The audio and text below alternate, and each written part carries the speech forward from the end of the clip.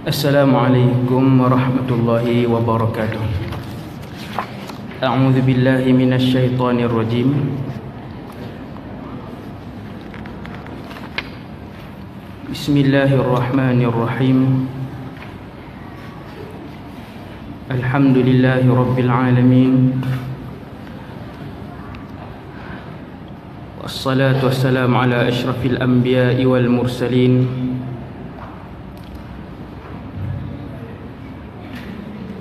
سيدنا وحبيبنا وشفيعنا وقرة أعيننا محمد بن عبد الله الأمين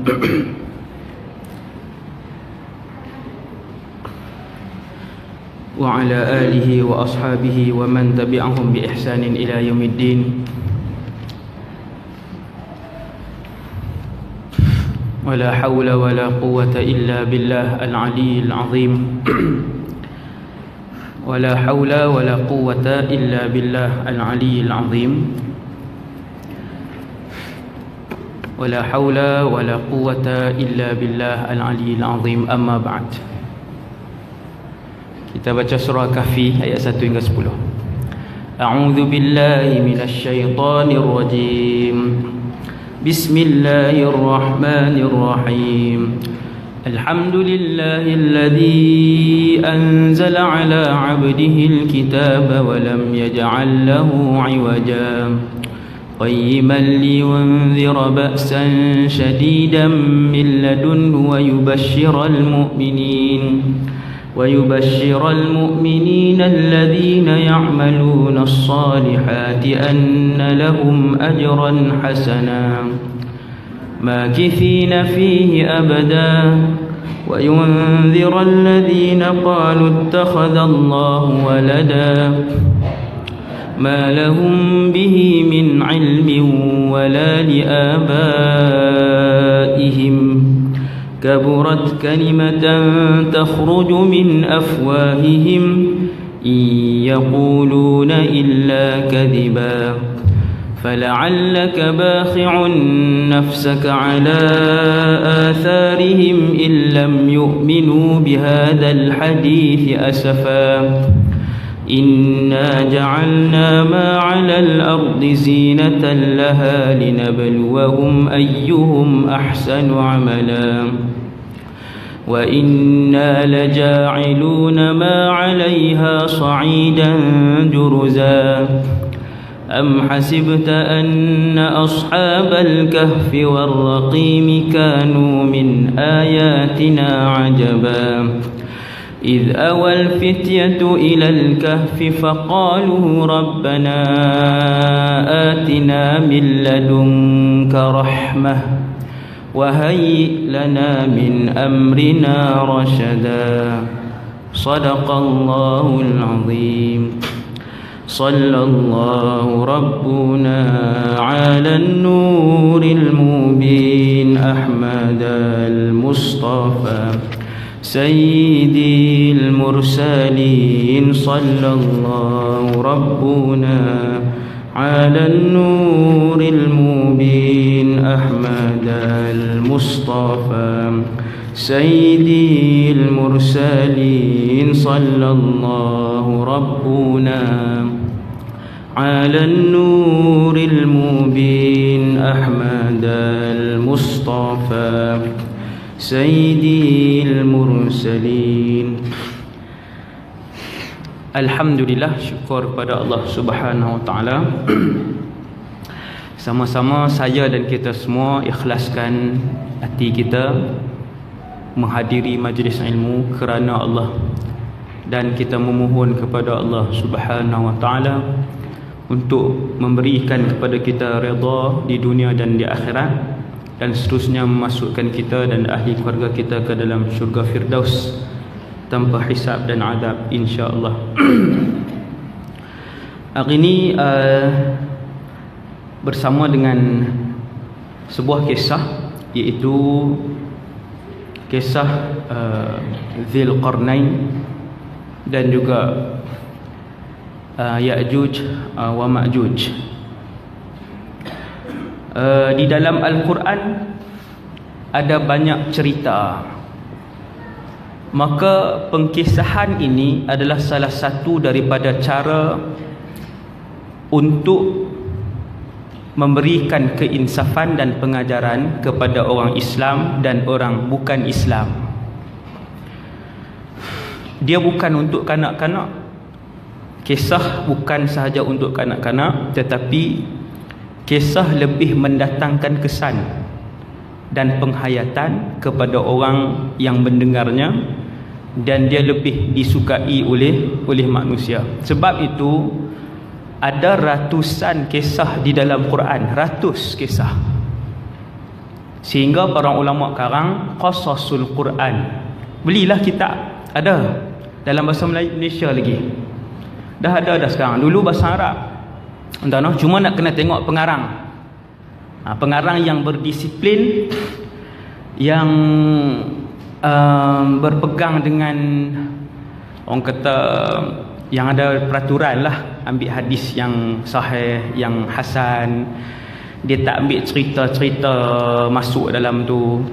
Jadi tengok kisah-kisah dalam Al-Quran yang dibawa dan dikekal serta diabadikan di dalam Al-Quran sebagai salah satu daripada kalamullah azza wa jalla. Jadi kisah ada dalam Quran ni, muslimin muslimat, ibu-ibu ayah semua kisah yang ada dalam ni dibawa oleh Jibril alaihissalam kepada Nabi sallallahu alaihi wasallam. Maka dia kisah sahih lah. Kisah yang memang tak perlu bahas. Bila sebut Zulqarnain, betulkah ada seorang raja beriman nama Zulqarnain? Dia tak boleh. Jangan tanya betulkah dah, sebab ni ayat Quran. Kalau kisah tu tak ada dalam Quran, baru kita boleh nak tengok pula dia punya kedudukan kisah tu. Adapun kisah ni Zulqarnain, Ya'juj wa Ma'juj, kisah-kisah ni apabila dia diceritakan dalam Quran, maka dia adalah mutawatir. Kalau ingkar boleh jadi kufur. Bukan ingkar satu kisah, satu huruf dalam Quran. Kalau kita anggap dan kita beriman, kita yakin kata tak ada satu huruf, alif lam mim, kita kata alif naknya ditambah. Pada kurun ketiga dia buat cerita. Sebenarnya asal lam mim saja. Siap. Alif je dia nafi, kufur. Sebab yang tu adalah mutawatir. Dia Quran kalamullah. Boleh buka yang ada Quran, ayat 83 surah Al-Kahfi. Surah Kahfi ni surah yang kita baca tiap-tiap minggu. Daripada awal ayat 1 sampai ayat 100 berapa? Hak boleh jawab tu baca, hak tak boleh jawab tu faham lah. Kalau baca tiap minggu dia boleh jawab ayat 1 sehingga ayat 110. Ayat 110 tiap-tiap minggu kita baca. Maka kalau masjid ni buat daurah surah Kahfi, sangat bagus, supaya bila kita baca tu kita faham makna. Seronok surah Kahfi ni. Kalau tak faham makna pun dia antara surah yang sangat tinggi dia punya kesan dia. Semua surah dalam Quran kita baca rasa hati kita disiram dengan air, semua surah. Tapi dia ada surah-surah yang tertentu, surah Maryam, surah Kahfi, surah Yasin, surah Fatihah. Ni antara surah-surah tertentu kalau kita baca dia macam 2 kali lebih terkesan lah. Dia ada rahsia dia yang tersendiri, sesuai dengan apa yang Nabi sebutkan. Sesuai apa yang Nabi sebutkan.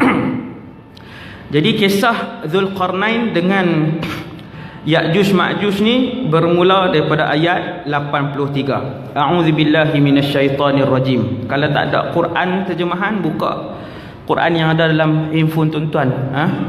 Kod dia duduk tepi game Clash of Clans ke Quran tu kan. Kan game banyak kita download, takkan Quran tak ada. Ada orang saya suruh buka ni, kita buka lah Quran dalam ni, dia kata tak ada. Ambil handphone dia tu, dia game ada 3-4 kan. Quran tak ada. Sekarang ni boleh download Muslim Pro antaranya yang mudah lah sekali dengan terjemahan. Boleh buka daripada situ. ayat 83. A'udzubillahi minasyaitonirrajim. Wa yas'alunaka 'an dzil qarnain qul sa'atlu 'alaikum minhu dzikra. Mereka akan bertanya kepadamu wahai Muhammad tentang Zulqarnain. Katakanlah, aku akan bacakan kepadamu cerita tentangnya. Zulqarnain dia tak hidup. Zulqarnain tidak berjumpa dengan Ya'juj wa Ma'juj. Sekejap kita akan sebutkan secara terperinci. Bila dia sebut di sini, tuan-tuan tengok tafsir, mereka akan bertanya kepadamu. Mereka ni ialah orang-orang Quraisy Mekah. Satu hari ayat ni turun ketika Nabi masih lagi di kota Mekah lah, tuan-tuan. Sebab tu tuan-tuan boleh tengok, dalam ni dia tak sebutkan. Kita tengok di belakang.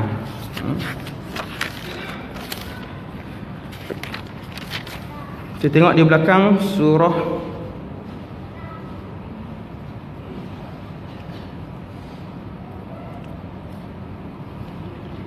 Al-Kahfi, Makkiyah. Dia akan tulis surah Al-Kahfi ni Makkiyah. Bermaksud dia diturunkan sebelum hijrah.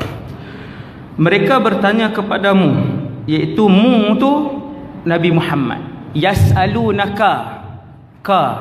Tuan-tuan tengok kan dalam Quran kan, ka tu kamu tu wahai Muhammad. Mereka akan bertanya tentang Zulqarnain. Ketika Nabi berdakwah di Mekah 13 tahun. Nabi dakwah di Mekah 13 tahun. Di Madinah 10 tahun. 13 campur 10 23. Tempoh menjadi Rasul 23 tahun. Maklumat ni balik tanya anak masing-masing. Ni saya balik tanya anak masing-masing. Panggil anak, tanya sirah. Berapa lama Muhammad sallallahu alaihi wasallam menjadi Rasul? 23 tahun. 13 di Mekah, 10 di Madinah.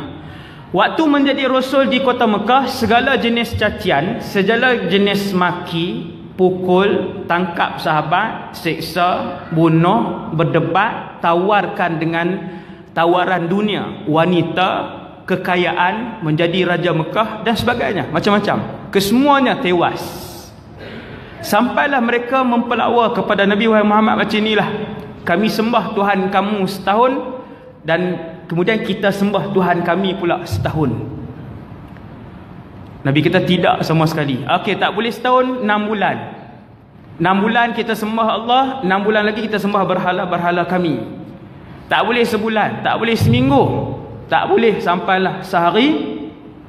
Akhirnya Allah Ta'ala turunkan, qul ya ayyuhal kafirun la a'budu ma ta'budun. Jawab wahai Muhammad. Qul ni apa? Jawab wahai Muhammad. Bagi tahu wahai Muhammad. Beritahu kepada mereka Muhammad. Katakan kepada mereka wahai Muhammad.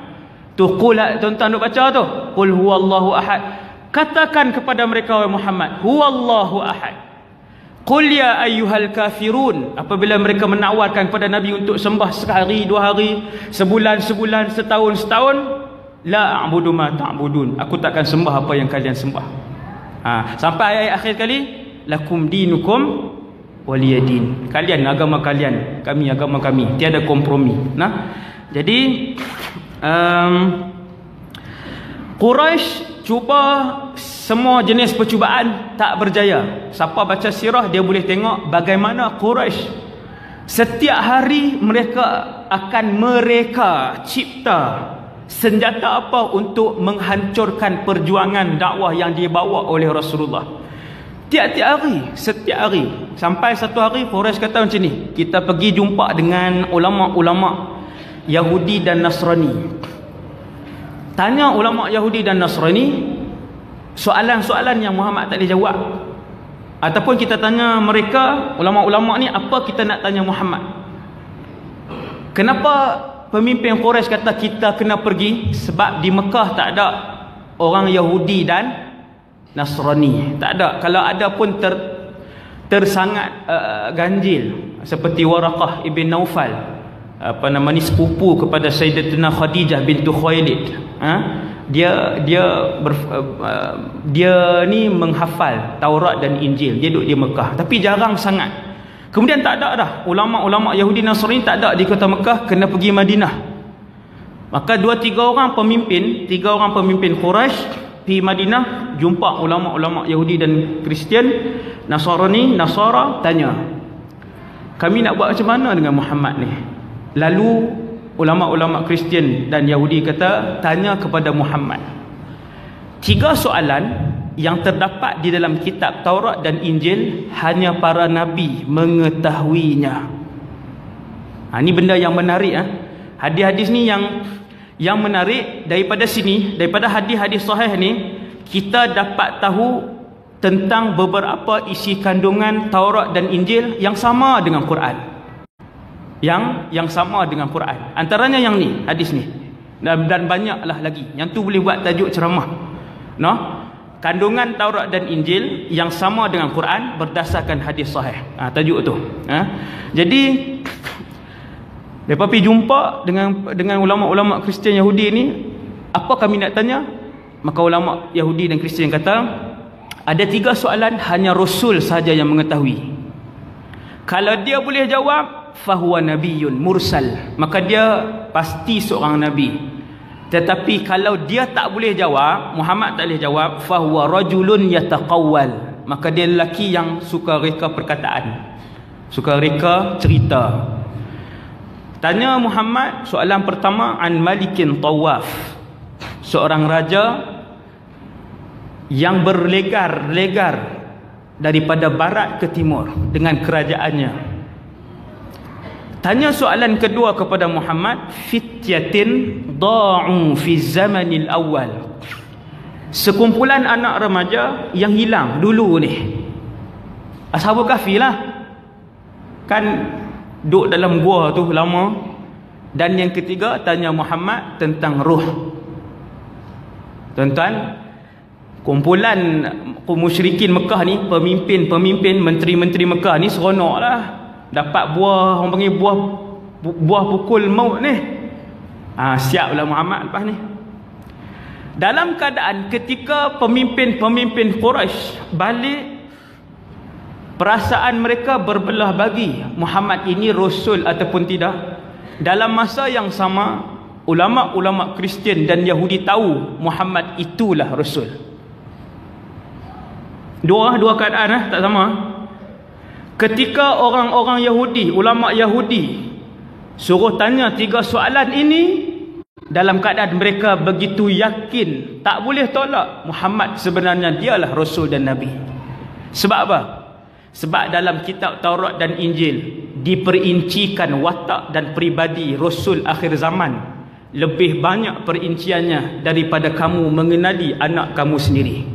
Dalam Taurat dan Injil, Nabi yang bergelar Al-Amin, Nabi yang tidak mengangkat suara, Nabi yang anak yatim, yang di belakang badannya ada tanda, dalam Taurat dan Injil. Jadi ulama Yahudi tahu Muhammad itu adalah Rasul akhir zaman. Tetapi keta'assuban, fanatik, membutakan daripada mereka melihat dan melafazkan kebenaran itu. Sebab tu jangan fanatik, bahaya, jangan ta'assub. Kemudian balik. Bila balik seronok lah, dapat buah mahal ni kan. Buah kilah, orang Kedah panggil buah kilah. Buah kilah ni kira kalau tok guru ajak silat kan, ada 100 buah, dia akan ajak 90 je lah. Hak 10 lagi kalau anak murid dia lawan dengan dia, hak guna 10 tu lah kan. Yang tu dalam silat. Kalau dalam ilmu agama tak ada, tok guru akan ajak semua yang ada pada dia. Tuan-tuan sekalian, bila balik jumpa Nabi, wahai Muhammad, ada 3 soalan. Kalau kamu jawab, kami semua beriman. Tuan-tuan, taktik tu berpuluh kali dah. Wahai Muhammad, tunjukkan kami sekian. Kalau tunjuk, kami beriman. Nabi tunjuk dah, tak beriman juga. Wahai Muhammad, belah bulan. Kalau kamu boleh belah bulan, ke semua penduduk Mekah akan diarahkan untuk masuk Islam. Nabi berdoa kepada Allah. Allah Ta'ala kata, wahai Muhammad, perangai mereka ini sama seperti umat terdahulu. Nabi kata, ya Allah, peluang kali ini ya Allah. Maka Allah pun izinkan Nabi tunjuk kepada bulan, terbelah bulan, turun sampai ke bawah, tapi tak masuk dalam lengan lah. Yang tu riwayat tu dhaif. Noh duduk di atas bukit Abi Qubais dan bukit Qu'ayqi'an. Bukit tu hari ni cerita bulan pula dah.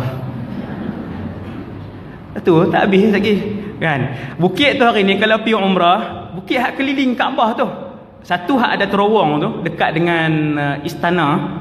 Dekat dengan istana, ada istana tu kalau tuan-tuan perasan hak panjang tu. Istana kan, keluar Kuk Marwah, nampaklah istana tu. Itu bukit Abi Qubais, Qu'ayqi'an belah sini, di situ. Tuan-tuan, zaman Rasulullah, bulan yang di langit bukan bulan dalam gambar. Bulan yang di langit itu turun kemudian terbelah dua, duduk di atas dua bukit macam tu. Habis tengok tu, pemimpin-pemimpin Quraisy tengok, kemudian naik balik sambung. Dia berkata, hebat sihir Muhammad, hebat. Tak masuk Islam juga. Sama lah dengan soalan ni. Wahai Muhammad, kami ada 3 soalan. Kalau jawab, kami semua masuk Islam. Tuan-tuan, ketika itu Rasulullah tidak ada jawapan, kerana wahyu ini belum turun lagi. Quran turun 23 tahun. Al-Quran turun 23 tahun. Sebanyak 6,000 ayat ni, 6,000 lebih ni. 6236 ataupun 6666 ni selama 23 tahun. Dia bukan turun serentak. Daripada langit pertama tu, kadang dia turun 2 ayat, kadang dia turun 80 ayat, kadang 1 surah, kadang macam tu. Kadang tak habis lagi surah ni, esok turun surah lain pula. Maka Nabi akan beritahu kepada sahabat, surah ni sambungan yang surah semalam. Nabi akan beritahu, surah ni surah sekian-sekian. Jadi bila tak ada jawapan lagi, tuan-tuan yang dirahmati Allah, Nabi jawab kepada pimpinan-pimpinan Quraisy ni. Nabi kata, esok aku jawab, tanpa Nabi sertakan insya-Allah. Subhanallah.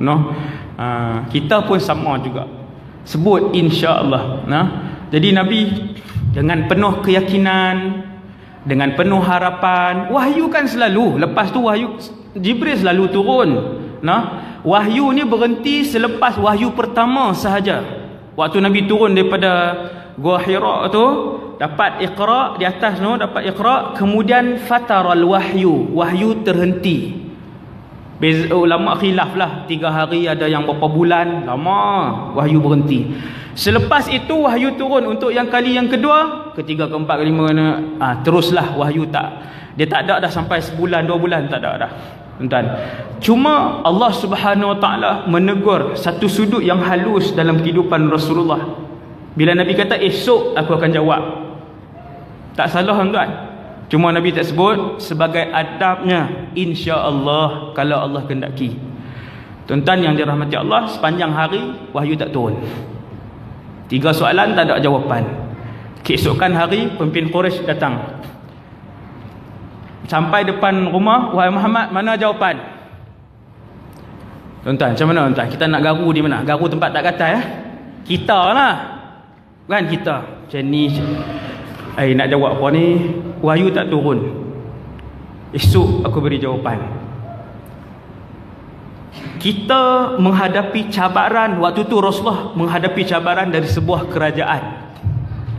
Di belakang kerajaan itu adalah penduduk kota Mekah, yang kalau Nabi jawab, waktu tu Nabi dengan husnuzannya, dengan baik sangkanya ke semua penduduk Mekah akan masuk Islam.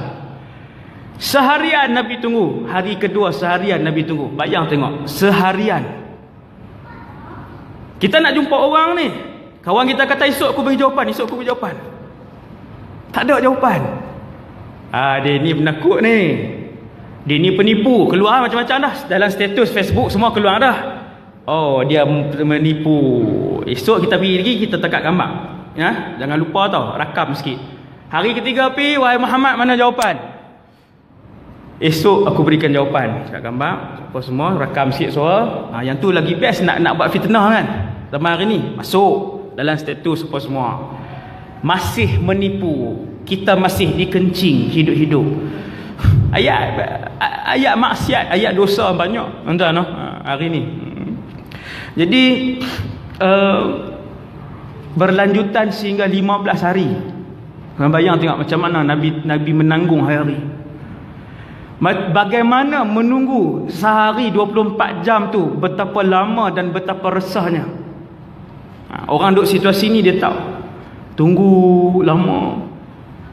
Akhirnya barulah turun. Wa yas'alunaka 'an dzil qarnain. Ni wahai Muhammad, mereka bertanya kepada kamu tentang Dzulqarnain. Qul, jawab. Sa'atlu 'alaikum minhu dzikra. Aku di sini Allah ke Rasulullah?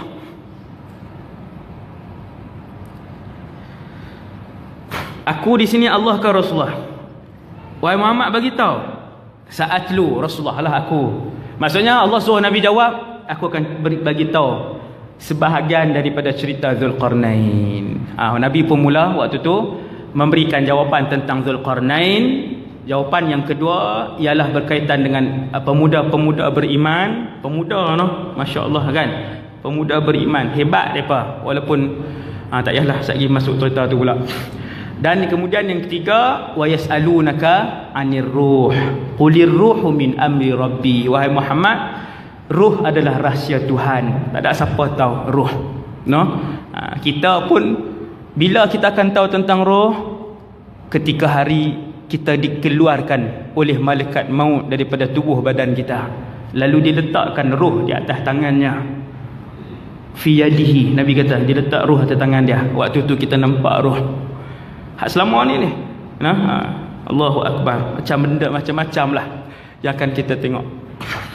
Kemudian kata Allah, wahai Muhammad, bagi tahu kamu akan cerita sebahagian daripada tentang Dzulqarnain. Apakah cerita tentang Dzulqarnain? Satu, namanya dalam Quran hanya disebutkan Dzulqarnain. Kesemua cerita dalam Quran Allah datangkan cerita untuk kita ambil pengajaran. Cukup.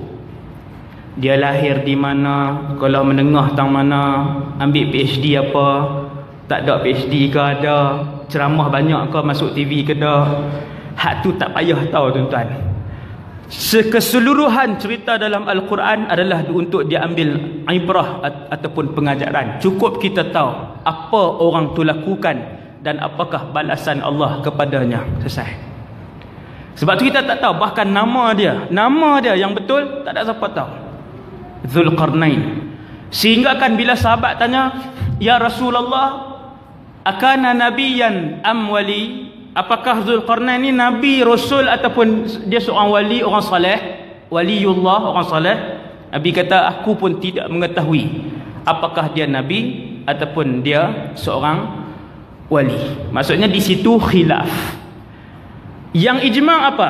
Yang ijma'nya Dzulqarnain ini satu, dia seorang raja, dan ijma'nya dua, dia seorang yang saleh, orang baik tuan-tuan, orang saleh.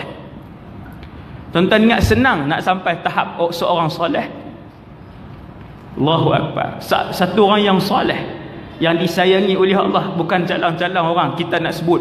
Ulama hari ni nak sebut dia saleh pun tak berani nak sebut. Apakah benar soleh di sisi Allah Subhanahu wa taala? Kita tak tahu, no? Dzulqarnain satu orang raja manusia, raja yang Allah sebut dia orang soleh. No? Orang soleh. Jadi tuan-tuan yang dirahmati Allah, benda pertama kita faham ni ibrah ni, hak cerita hari ni.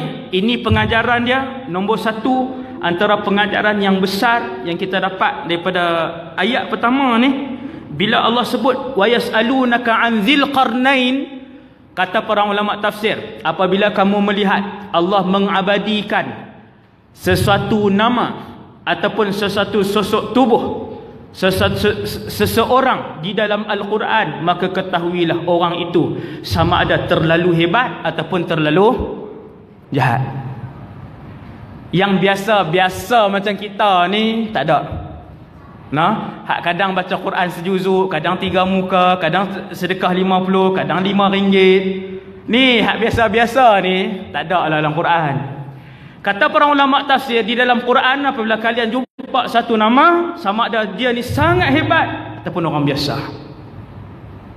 Nah, tiba-tiba Allah sebut anjing dalam Quran yang mengiringi Ashabul Kahfi. Kata ulama tafsir, apa yang kalian faham?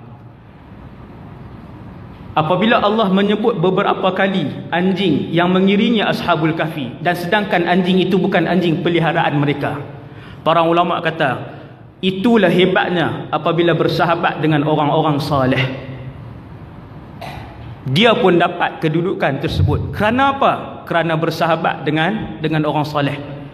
Dan itulah hebatnya orang saleh apabila mereka tidak mendapati kawan mereka di atas dunia dulu, lalu mereka akan mengadu kepada Allah, ya Allah, kami ada satu orang kawan dulu puasa dengan kami, datang belajar dengan kami, selalu pergi belajar dengan kami, melakukan kebaikan dengan kami, tetapi hari ini dia tidak dikurniakan olehmu ya Allah untuk masuk syurga.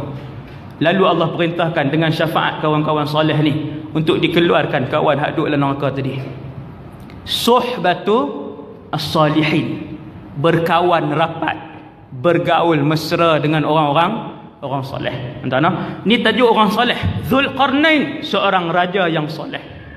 Senang ke nak jumpa tuan-tuan maharaja yang soleh?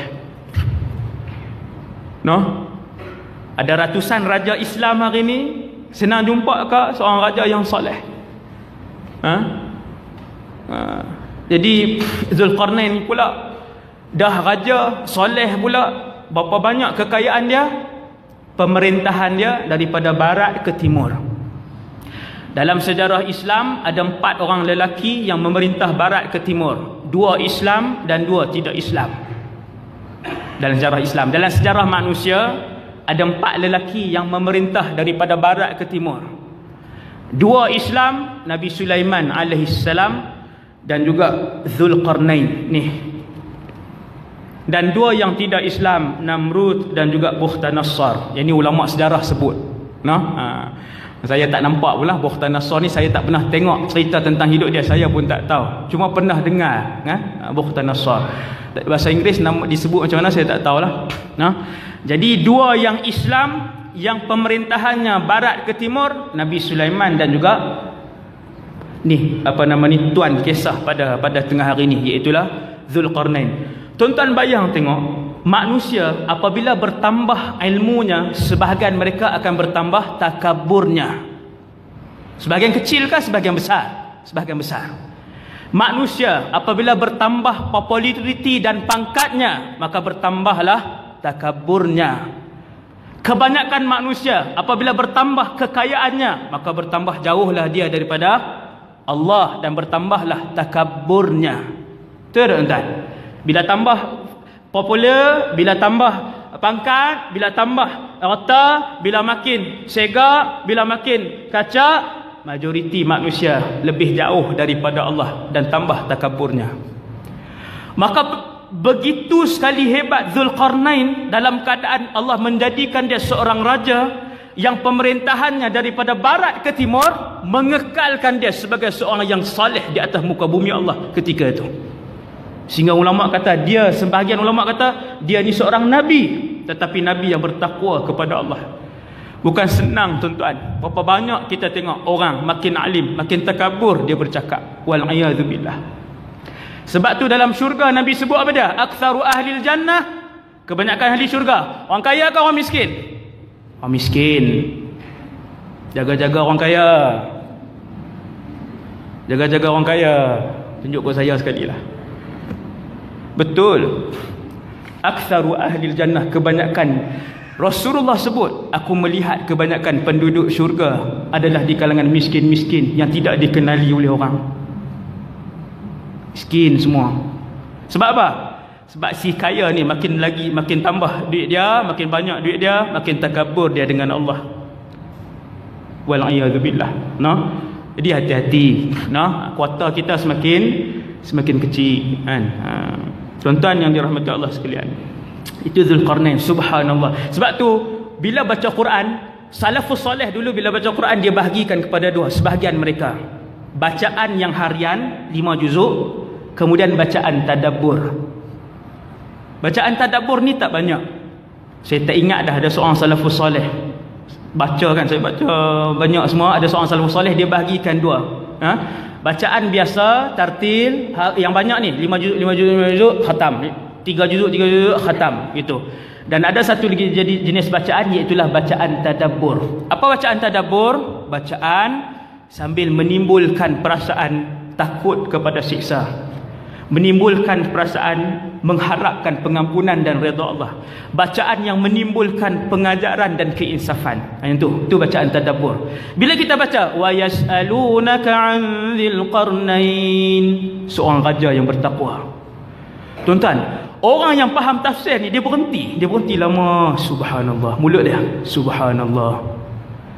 Satu orang raja, kekayaan dari timur ke barat, tetapi masih bertakwa kepada Allah. Gaji 15,000 tak pi kuliah dah. Baru 20,000 tak pi mengaji dah. Tinggal semayang dah. Dulu tutup aurat, naik gaji 25,000, dah tarik dah tudung. Kaya sangat ke? Garang muhasabah tuan-tuan, untuk saya dan kita semua. Muhasabah tuan-tuan. Kemudian ayat seterusnya Allah Ta'ala sebut apa? Kita tengok. Inna makkanna lahu fil ardi wa atainahu min kulli syai'in sababa. Sesungguhnya kamilah. Siapa? Kami. Siapa kami? Allah. Tuan-tuan nampak? Makkanna, na tu kami. Kami itu Allah. Nampak seronok kalau faham kan? Seronok. Sebab tu kalau belajar bahasa Arab faham. Allahu Akbar. Pilah sekarang ada kursus 3 bulan tak lama di Jordan orang buat kursus belajar bahasa Arab. Di Mesir. Seeloknya pi negara yang tak ramai orang Melayu. Kalau tuan-tuan pi Mesir 11,000 duk ada. Pagi duk main sembang kata, "Makcik nak tolong pergi beli roti canai tak?" Tak ada apa roti canai. Wah roti canai di Malaysia. Tak ada perkataan baru Pi tuan-tuan, pi Morocco orang tak ramai 3 bulan. Pi duk cari rumah sewa, cari keluarga angkat ke? Ada keluarga angkat duk dengan orang Arab 3 bulan. InsyaAllah balik seronok baca Quran. Tambah sikit. Lepas 3-4 tahun pula anak pun dah besar-besar, pi pula 3 bulan. Jangan anak 5-6 tahun duk ada pi belajar sana kan, susahlah sikit. Tuan-tuan, sesungguhnya kami telah memberi iaitu Allah kekuasaan kepadanya di muka bumi, kepada Zulkarnain. Di mana Allah bagi kuasa? Di atas muka bumi. Siapa yang bagi kuasa? Allah yang bagi kuasa. Ingat, besar mana jawatan kita, banyak mana populariti kita, kesemua itu di atas kurniaan 100% daripada Allah Subhanahu wa ta'ala. Berapa banyak kerajaan yang dahulunya menguasai alam ini, tetapi hari ini hanya tinggal bangunan dan debu-debu saja pada bangunan itu. Tak ada seorang pun keturunan dia yang mewarisi kerajaannya itu. Fir'aun ketika mana dia membina bangunan, satu menara Fir'aun bina, tinggi menara tu lebih kurang 11 batu. 11 batu berapa kilometer? 16 kilometer. Bukan KL Tower. Menara hari ni Burj Khalifah paling tinggi pun 980 meter lebih kurang, tak sampai 1 kilo pun. Canggihnya bangunan zaman Fir'aun, canggihnya bangunan ketika tu tuan-tuan. Sebab tu Allah kekalkan piramid untuk kita tengok. Tengok dan berfikir betapa maju teknologi pembinaan pada zaman Fir'aun, lebih maju pada zaman kalian. Akan tetapi hari ini seorang pun dari keturunan Fir'aun tak ada yang mewarisi kekayaan dan kerajaan dia. Sekali dia kejar Nabi Musa, dia buat kurang 500,000 tentera untuk kejar Nabi Musa yang berapa ratus orang tu. 500,000 sekali dengan Fir'aun, akhirnya tenggelam. Tuan-tuan nak bagi apa? Nak beritahu apa? Allah SWT nak beritahu kepada saya dan kita semua, inna makkanna lahu fil ard. Kami yang bagi. Siapa yang pegang kuasa, siapa yang pegang jawatan dalam masyarakat, inna makkanna lahu. Ataupun nak ayat lain, tu'til mulka man tasha wa tu'izz wa tanzi'ul mulka mimman tasha. Kami yang memberikan kerajaan dan jawatan kepada siapa yang kami kehendaki. Wa tanzi'ul mulka mimman tasha, dan ketika kami kehendaki kami tarik kerajaan dan kekuasaan itu. Allah Subhanahu wa taala. Dulu di Semenanjung ada apa? Ada Kesultanan Kerajaan Islam Melaka. Sikit punya masyhur ke tuan-tuan tu kerajaan Islam Melaka.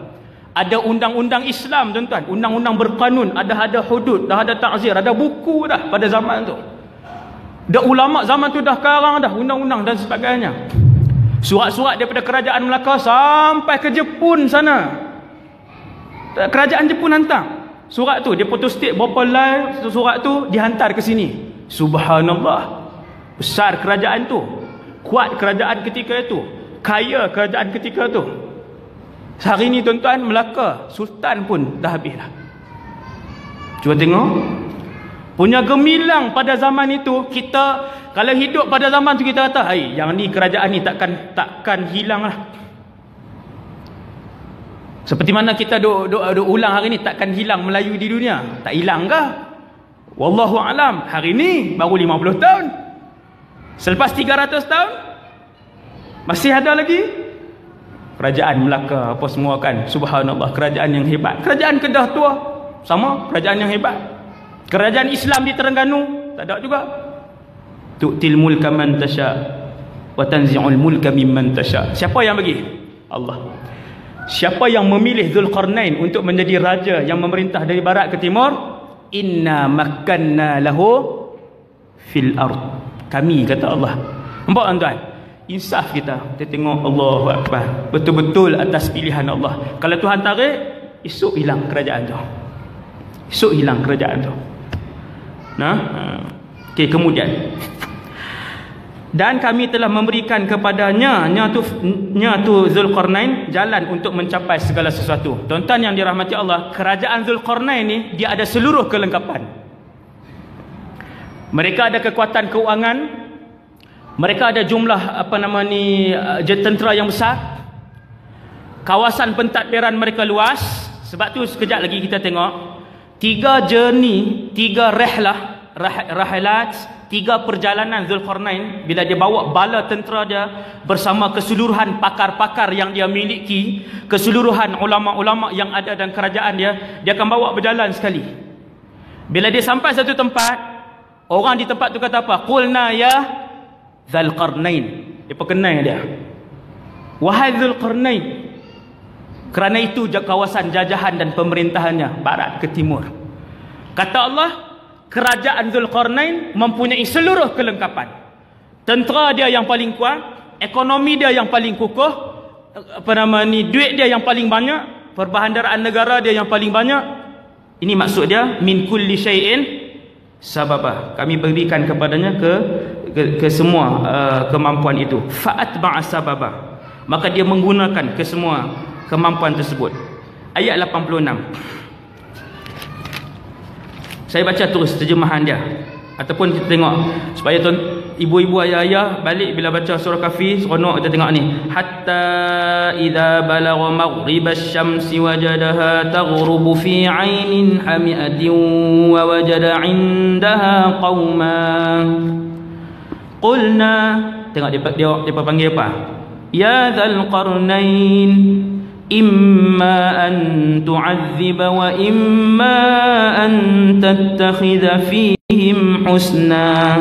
Yang ni adalah perjalanan pertama Zulkarnain bersama dengan pasukan tenteranya yang besar. Zulkarnain, tuan-tuan, raja yang soleh ni, kalau dia berjalan bukan saja tentera dia bawa juga kekayaan, dia bawa juga seluruh kepakaran. Pakar ekonomi, pakar kekeluargaan, doktor-doktor, arkitek, semua ulama bahasa, ulama usul, tu saya tambah tu. Ulama usul kan biasalah nak bagi sedap. Faham lah maksudnya kan. Kalau saya sebut contoh-contoh tu, kan boleh zaman hari ni. Bid'ah lagi. Sa'wadi buat main bid'ah kan. Usul fiqh zaman Zulkarnain, menipu, keluar pula kan. Macam-macam lah zaman hari ni, nah. Jadi tuan-tuan, ni bila kita baca tengok Zulkarnain bawa dengan segala bala tentera dia, bukan bala tentera sahaja, ke semua kepakaran negara dibawa, berjalan bersama dengan dia. Kemudian kita baca terjemahan dia hingga ni dia menuju ke mana? Ke barat. Zulkarnain menuju ke barat. Barat ke mana? Untuk menentukan barat tu ke mana, kena tahu di mana Zulkarnain duduk. Barat negara dia, bukan barat Malaysia. Kalau barat Malaysia lain, barat Mekah lain, barat New Zealand lain. Apabila Allah sebut dia menuju ke arah Maghrib, ke arah barat, barat daripada pusat pemerintahan Zulkarnain. Dekat sini tak ada nas yang jelas, yang qat'iyyud dilalah. Nas yang jelas dia punya pendudukan dia tak ada. Bahkan di mana pusat pemerintahannya, wallahu a'lam. Pada zaman siapa Zulkarnain, Imam Bukhari ada bagi signal sikit dalam buku dia, dalam Sahih Bukhari, ketika mana dia menyusun 7 kisah dalam Sahih Bukhari, bermula daripada kisah Nabi Adam sekian. Kemudian Imam Bukhari meletakkan cerita Zulkarnain ini pada zaman Nabi Ibrahim alaihissalam. Kerana di sana ada beberapa hadis bahwasanya Zulkarnain hajja masyian, dia menunaikan haji berjalan kaki, masuk dalam Masjidil Haram, dia jumpa Nabi Ibrahim, fasafahahu. Hadis ataupun athar saya tak ingat, tetapi yastadillu bihi al-Imam al-Bukhari. Imam Bukhari jadikan dalil, dia ambil benda tu. Maka Imam Bukhari dia nak susun tajuk tu dalam buku dia. Tajuk-tajuk dalam buku Imam Bukhari ni diistimbatkan hukum oleh para ulama. Sebab Imam Bukhari bukan calang-calang ulama besar. Apabila Imam Bukhari memilih satu tajuk di dalam buku dia, daripada tajuk itu ulama lain boleh faham apa mazhab Imam Bukhari, apa fiqh Imam Bukhari, apa pendapat dia di dalam sesuatu hukum daripada tajuk aja. Maka bila ulama-ulama tengok Imam Bukhari menyusun kisah ni bermula daripada awal Nabi Adam, Imam Bukhari letak turutan, kemudian Imam Bukhari letak kisah Zulkarnain bersama dengan kisah Nabi Ibrahim. Kemudian pula Imam Bukhari datangkan beberapa hadis bahwasanya Zulkarnain berjumpa dengan Nabi Ibrahim, tetapi yang tu bukanlah mu'tamad, bukanlah mu'tamad. Cuma kita boleh bayang-bayanglah mungkin pada zaman itu, mungkin pada zaman itu, ataupun di mana pusat pemerintahan dia, wallahu a'lam. Ada satu lagi pendapat ijtihad para ulama. Mereka menyebut bahawa ini ulama-ulama sejarah Islam, kebanyakan raja yang bermula dengan zu ataupun zi nasab dengan jar zi lah, ngaji bahasa Arab kan, asma' khamsah kan, apa nama ni, asma' khamsah, zu, asma' khamsah pula dah kan, zu ataupun zi, tak faham dah kan. Kata para ulama sejarah, kalau mula dengan zu ataupun zi ni kebanyakannya adalah raja-raja Yaman. Tapi bukan muktamad juga tu. Sekadar kita nak tahu. Walaupun maklumat-maklumat itu tidak diperlukan untuk kita menghayati pengajaran daripada kisah ini. Yaman ke mana ke, janji Allah sebut dia punya pemerintahan daripada barat ke timur. Ada satu tahun ni Zulkarnain bawa tentera-tentera dia untuk tentera-tentera dia untuk melihat jajahan-jajahannya. Ni raja yang bekerja tuan-tuan, dia tak duduk saja. Ini raja yang akan bertanggungjawab di hadapan Allah Subhanahu Wa Taala. Tuan-tuan, jadi pemimpin ingat senang. Ada sahabat Nabi kata jangan. Innaka mru'un dha'if. Kamu tak mampu dalam bidang kepimpinan ni, kata Nabi kepada seorang sahabat. Jangan. Innahu yaumal qiyamati la nadamah. Sesungguhnya pegang jawatan dalam masyarakat, jadi pemimpin apa semua ni, di hari kiamat esok penuh dengan penyesalan. Kamu tak mampu, aku tengok kamu lemah. Dan disoal, benda ni akan disoal. Maka Zulkarnain ketika dia menjadi satu orang yang boleh membuat keputusan di dalam negaranya, nombor satu, kuasa eksekutif satu dia pegang. Segala kerajaan di bawahnya, tentera di bawahnya, kekayaan di bawahnya. Maka dia membawa seluruh nikmat dan kelebihan yang Allah bagi, melihat kawasan yang diperintah, dan akhirnya berdakwah kepada Allah Subhanahu Taala. Ni yang Zulkarnain buat. Ni pengajaran yang keberapa saya tak tahu. Saya tak kira dah. Tuan-tuan, Zulkarnain ketika dia melakukan dia punya pengembaraan dia tu adalah untuk berdakwah kepada Allah Subhanahu Wa Taala. Berdakwah orang ramai untuk kembali kepada Allah. Maka dia pergilah ke sebuah tempat di Maghrib. Apa yang dia jumpa? apabila dia telah sampai ke tempat terbenam matahari, dia melihat matahari terbenam di dalam laut yang berlumpur hitam, dan dia mendapati di situ segolongan umat. Ni bukan Ya'juj Ma'juj lagi lah. Bukan lagi ni. Dia ada tiga rehlah ni yang kita nak baca ni. Dia ada 3 pengembaraan. Ni pengembaraan pertama. Zulkarnain sampai satu tempat. Saya tengok para ulama sebutkan, dia macam ni tuan. Apakah yang dimaksudkan dengan matahari tenggelam dalam kawasan berlumpur ni? Dia macam ni. Setiap orang di mana saja dia pergi, waktu matahari nak tenggelam, maka di situlah dia nampak matahari tenggelam. Apa dia ni cakap ni? Dah lah cakap Kedah kan. Macam ni, kita duduk tepi pantai, matahari nak tenggelam, kita nampak matahari tu pergi mana? Masuk dalam laut lah. Okey, kita duduk di kawasan Gunung Ganang apa semua, matahari nak tenggelam, kita nampak matahari pergi mana? Masuk dalam kawasan gunung tu. Yang ni lah cerita Zulkarnain. Bila dia sampai satu tempat, di hadapannya adalah satu tanah lumpur. Orang Kedah panggil selut. Pernah dengar tak? Selut, tanah lembek ni. Bila sampai tanah lembek, tanah berlumpur, Zulkarnain minta semua tentera dan ulama-ulama yang pakar apa semua ni, orang profesional dia bawa ni, tunggu sat, kita tak boleh masuk. Kita tak boleh lalu ni, jalan ni berlumpur, tanah, tapi dia berlumpur. Nah, sama ada lumpur merah tu ataupun lumpur hitam yang macam kita tengok di sungai kan. Maka tunggu di situ. Bila tunggu di situ, nampaklah matahari terbenam di ujung sana. Nampak masuk di mana? Masuk dalam kawasan tanah berlumpur hitam tu lah. Ini yang disebut oleh para ulama. Jadi melihat matahari terbenam dalam dalam bukit, ke dalam lautan, ke dalam lumpur hitam, itu adalah berdasarkan di mana kita pada waktu itu. Kita duduk di kawasan apa? Jadi ketika rehlah ke barat ini, Zulkarnain dan tentera-tenteranya, kerajaannya berada di depan kawasan lumpur hitam yang sangat luas terbentang. Maka ketika itulah nampak matahari itu turun di situ. Dan ada terjemahan lain lagi, tafsiran lain yang saya rasa tak perlu bawa lah. Kita faham yang tu, dah selesai. Kemudian apa berlaku?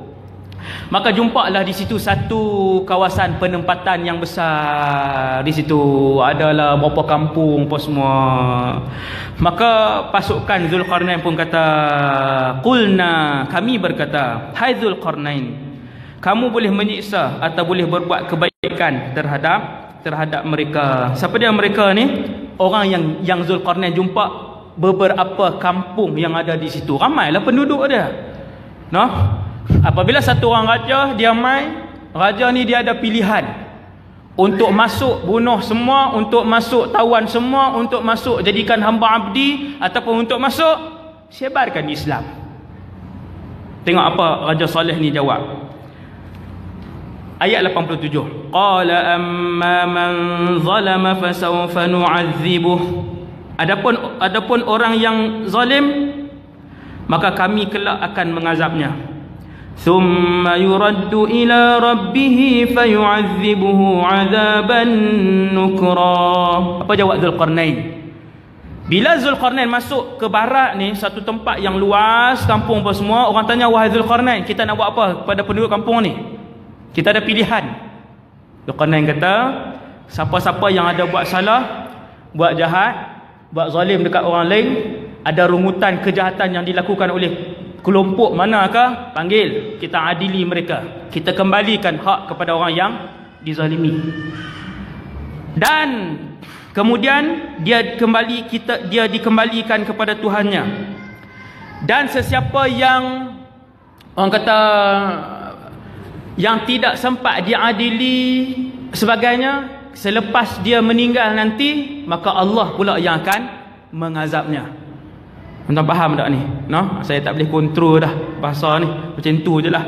Jadi bila Zulkarnain, raja yang saleh ini, dia sampai, dia kata, pergi tengok dalam kampung ni, berapa puluh kampung yang dua ada ni, tengok ada yang ditindas dan sebagainya, yang mereka tak boleh nak lawan, kita selesaikan. Kemudian yang lain yang kita tak sempat tu, nanti mereka kembali kepada Allah, Allah yang akan mengazab mereka. Itu maksud dia. Ni ayat 87 ni. Wallahu a'lam. Itu sebahagian dari tafsir dia. Saya tak boleh buat mai semua tafsiran. Dia jadi satu ayat 5 tafsiran, satu ayat 3 tafsiran. Jadi panjang. Kemudian wa amma man amana wa amila salihan falahu jazaa'anil husna wa sanaqulu lahu min amrina yusra. Adapun orang-orang yang beriman dan beramal soleh, yakni tuan-tuan sekalian, Zulqarnain waktu tu dia pun mengarahkan ulama-ulamanya berdakwah, kenalkan mereka kepada Allah Subhanahu Wa Taala, ajarkan kepada mereka tentang Islam. Itulah dakwah yang Nabi suruh. Kemudian siapa yang terima dakwah kita, beriman, beramal soleh, baginya pahala yang terbaik sebagai balasan, dan akan kami titahkan kepadanya perintah yang mudah dari perintah-perintah kami. Kami akan keluarkan arahan. Thumma atba'a sababa, kemudian dia menempuh jalan yang lain. Habis Zulqarnain, dia bawa kerajaan dia, kekuatan kerajaan tadi ni pergi ke barat, kemudian bermulalah perjalanan yang kedua, iaitulah ke timur. Pergi ke timur. Tuan-tuan sekalian, ada ulama-ulama Islam, ulama-ulama sejarah dan pakar-pakar geografi Islam, mereka melakar peta yang sebahagiannya berusia 1000 tahun. Peta, saya tak tahu dari segi pemetaan barat berapa lama dah peta yang mereka buat. Dalam ulama Islam sudah berusia ribuan tahun, 1000 tahun. Antaranya apa nama ni, Al-Imam Al-Qazwini, kemudian Imam Mustawfi, Imam Ibn Hawqal. Ini semua imam-imam lama tuan-tuan, yang mereka bukan pakar fiqh hadis, yang pakar geografi. Kan kita ramai yang pakar muzik, ada yang pakar apa nama ni, segala jenis lah tuan-tuan, matematik, ulama bio, ulama Islam yang mula mereka apa nama ni, yang mula mencipta ni teori-teori dan nama dalam ilmu ni, ulama Islam. Jadi ada ulama Islam yang buat peta, terutamanya dalam satu buku Atlas Tarikhul Islam, Dr. Hussein Mu'nis. Tak ada terjemahan saya rasa. Atlas Tarikhul Islam, kalau yang boleh bahasa Arab, Dr. Hussein Mu'nis. Dalam tu dia ada masukkan peta-peta lama ni, usia ribuan tahun, yang dilakar oleh pakar-pakar geografi Islam zaman dulu. Hebat tuan-tuan, ulama Islam sangat hebat. Selak-selak, salah satunya dituliskan peta kharitah makan tempat Sad Ya'juj wa Ma'juj. Ijtihad tuan-tuan, ijtihad ulama-ulama geografi ni tuan-tuan. Ulama dulu, ulama Islam sebut ulama geografi, tetapi juga pakar Quran dalam ni. Tuan-tuan tengok Ibn Sina pakar perubatan, tetapi dia menguasai 4 lagi ilmu lain, antaranya ilmu agama juga. Hebat, subhanallah, hebat. Ulama, walaupun dulu ulama geografi, Quran dalam ni, ilmu hadis-hadis juga dia hafal. Dia perhimpunkan hadis-hadis tentang Ya'juj Ma'juj. Tengok ayat-ayat Quran Allah sebut menuju ke mana. Dalam cerita ni disebutkan rehlah ketiga Zulqarnain, dia pergi satu tempat yang mana tempat tu manusia dia tidak ada perlindungan, sama ada pakaian ataupun rumah mereka tak ada perlindungan, sama ada pakaian mereka tutup tak habis, tutup sikit, ataupun tempat-tempat tinggal mereka tak ada bumbung dan sebagainya. Maka ulama-ulama kita tuan-tuan, dia orang kaji, lepas tu tengok Allah Ta'ala sebut bagaimana sebagainya. Akhirnya dalam peta tu dituliskan bahawasanya Sad ataupun tembok Ya'juj Ma'juj itu ada di utara Siberia. Ada di utara Siberia. Dalam peta tu ditulis tuan-tuan oleh ulama-ulama Islam kita. Dia tunjuklah tempat tu di utara Siberia. Kenapa mereka sebut begitu? Itu adalah ijtihad mereka tuan-tuan. Sekadar untuk pengetahuan sajalah. Kemudian ayat 90, Zulqarnain pun bawa tentera dia, semua kerajaannya, untuk pergi ke timur pula. Hatta idza balagha matli'a asy-syamsi wajadaha tatlu'u 'ala qaumin lam naj'al lahum min duniha sitra. Yani ke timur. hingga apabila dia telah sampai ke tempat terbit matahari sebelah timur, dia mendapati matahari itu menyinar segolongan umat. Maksudnya cahaya matahari kena kepada satu kawasan penduduk yang besar ni tanpa perlindungan kepada penduduk tersebut. Menyinari segolongan umat yang kami tidak menjadikan bagi mereka sesuatu yang melindungi mereka dari cahaya matahari. Saya ambil dua pendapat ulama tafsir, tak boleh ambil banyak sangat, lagi keliru. Satu ulama kata Zulkarnain dan kerajaannya bergerak ke timur pula, daripada barat tuan-tuan ke timur pula. Kita kata kenderaan kau macam mana ustaz? Wallahu a'lam. Nak bukan senang tuan-tuan. Kalau berjalan 2-3 orang pun nak ke barat, ke hujung barat, kemudian ke hujung timur pula, berapa tahun ambil masa, dengan jumlah kerajaan pula, dengan tentera dia yang ramai dan sebagainya. Bila sampai satu kawasan penduduk yang ramai, ada satu benda pelik yang dilihat oleh Zulkarnain, iaitu penduduk di kawasan itu pakaian mereka tidak menutup tubuh badan mereka. Maksudnya baju sikit lah. Kita boleh bayang orang lama dulu kan tutup sikit lah. Sampai hari ni ada di sebahagian kawasan Afrika kan, orang perempuan atas dia tak pakai dah, tutup bawah saja sampai hari ni. Dia tutup sikit. Yang laki-laki pun pakai yang di bahagian bawah saja. Ni saya tengok di komentari ni, bukannya hak 100 tahun yang lalu, ni hak setahun dua ni sampai ke hari ni. Pakaian mereka sikit saja. Makanan mereka madu naik pokok tinggi-tinggi. Ni yang hari ni masih ada di sebahagian pedalaman Afrika. Naik pokok yang tinggi-tinggi, ambil madu kan. Adalah dia tak asap lah apa semua. Tengok di komentari itu kan. Dan makanan yang kedua, dia panah dia sumpit monyet. Kemudian kalau harimau ataupun singa tangkap apakah, dia halau singa tu. Di tempat kita singa yang kejar kita. Di tempat dia saya tengok di komentari tu, dia yang kejar singa tu. Bawa kayu je. Dia tu larilah singa ni kan. Dia tu dia pakai ambil lah binatang tu, tanggung balik makan sampai hari ni. Maka ketika mana perjalanan ke timur ini, Zulkarnain sampai di satu kawasan penempatan manusia yang luas, tubuh badan mereka tidak dilindung dengan pakaian. Situ satu.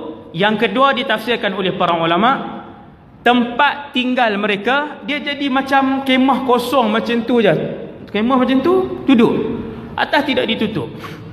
Dan banyaklah sebab yang dipilih oleh para ulama berijtihadlah di sini. Kenapa? Ada yang kata mereka ketinggalan, ada yang sebut mereka tak tahu pembinaan.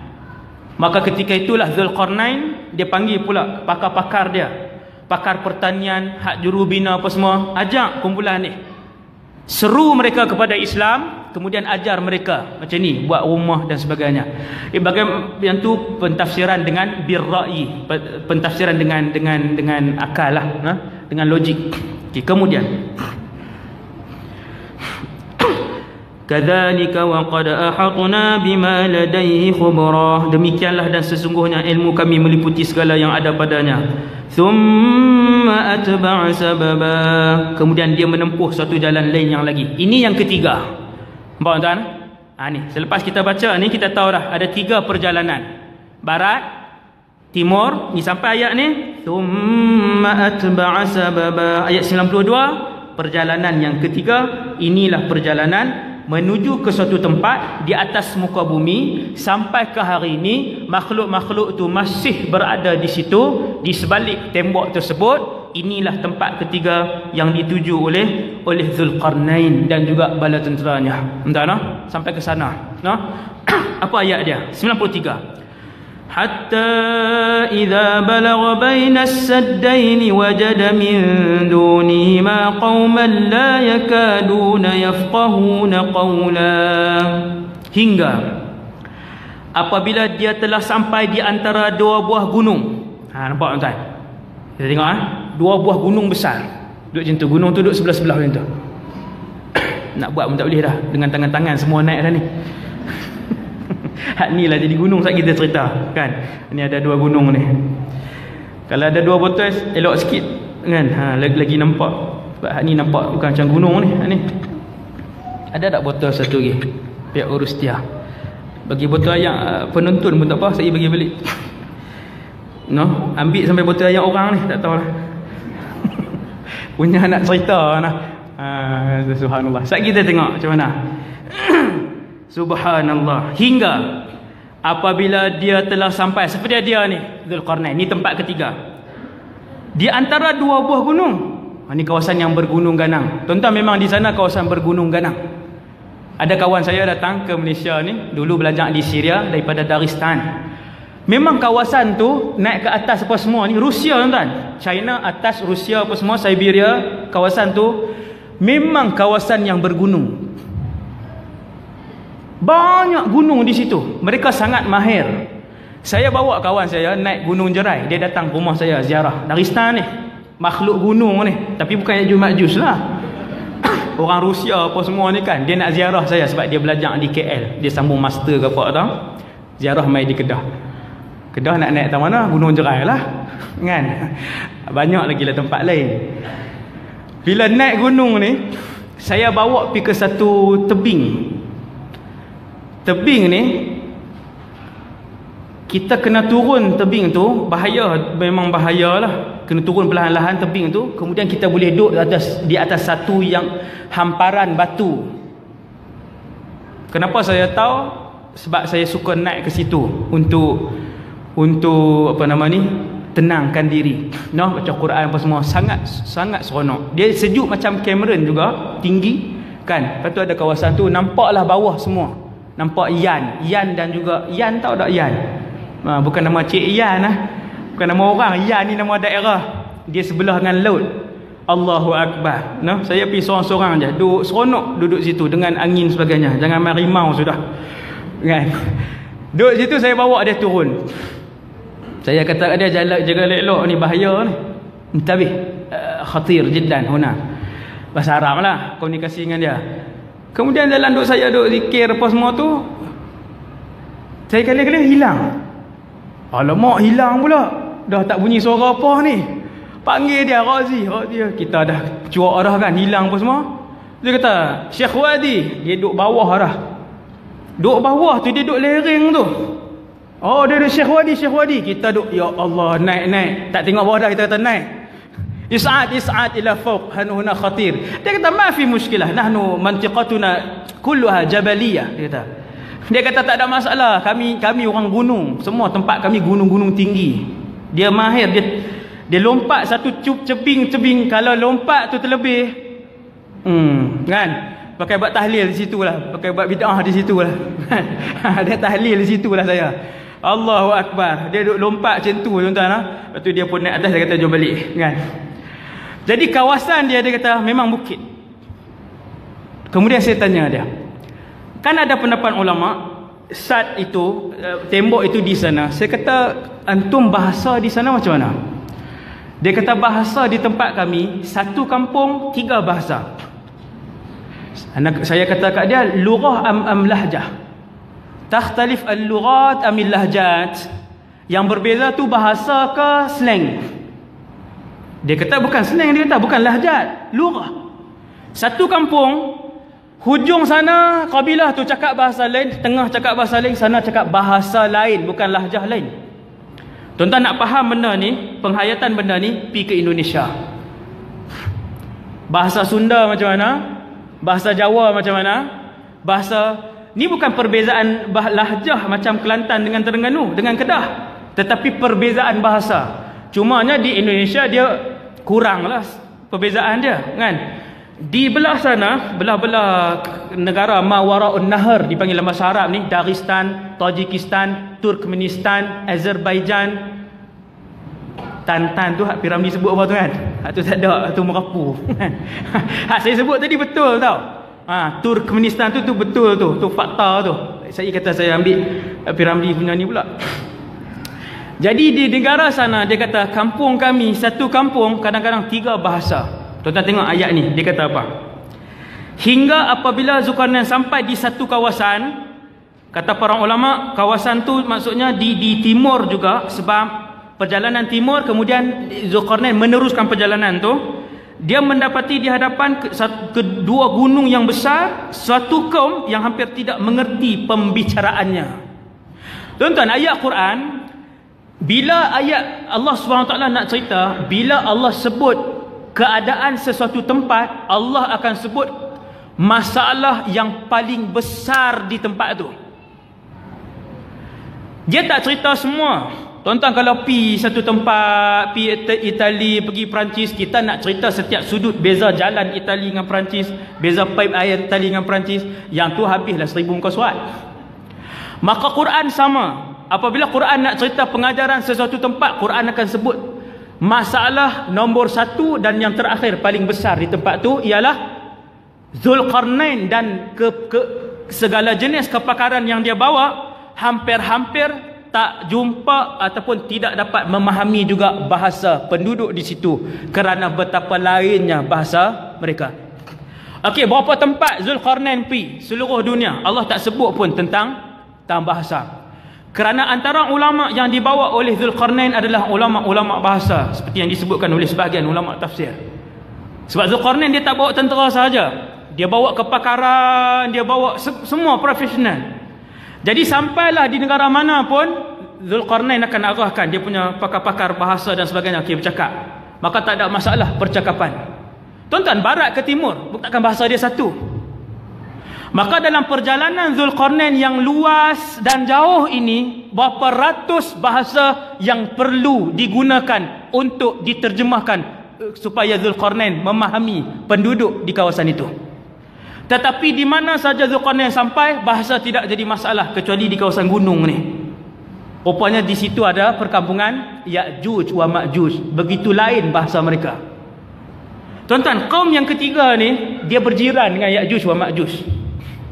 Dipisahkan dengan dua buah gunung yang sangat besar.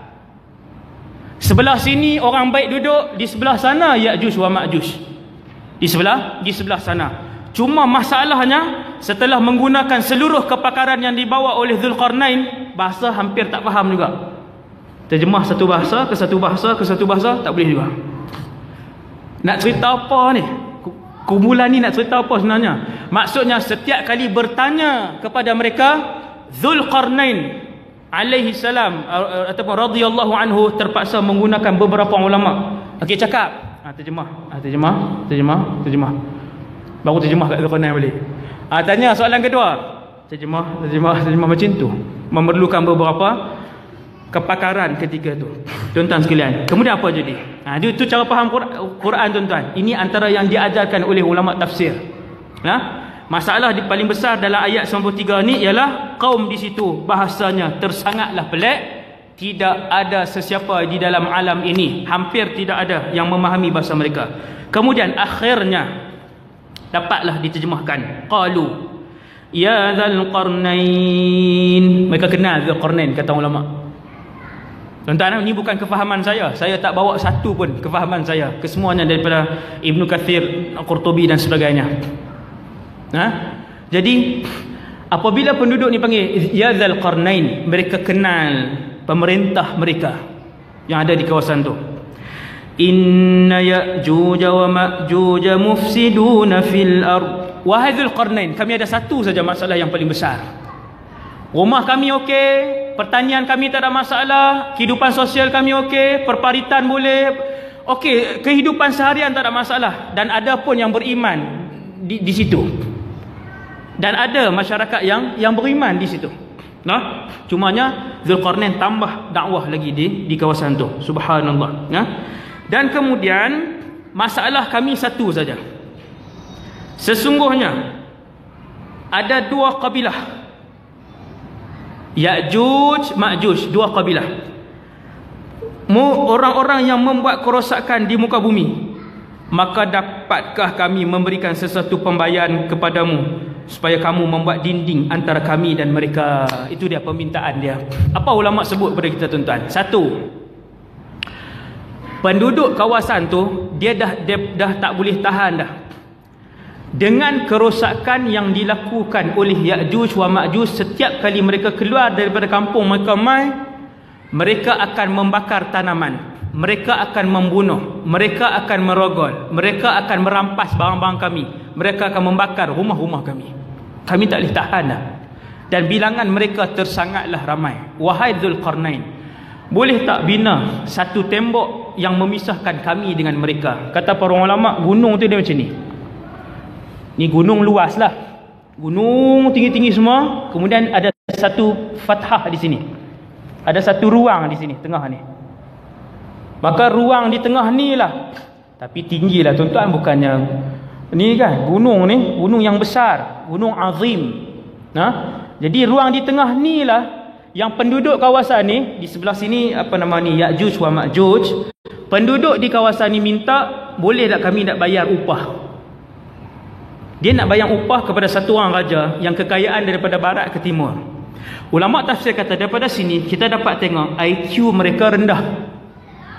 Di sini ni penduduk ni, dia tak berapa IQ, tak, memang disebut begitu, disebut kaum bidaiyah, orang yang satu kelompok manusia yang IQ mereka rendah, sama macam Ya'juj wa Ma'juj di sini.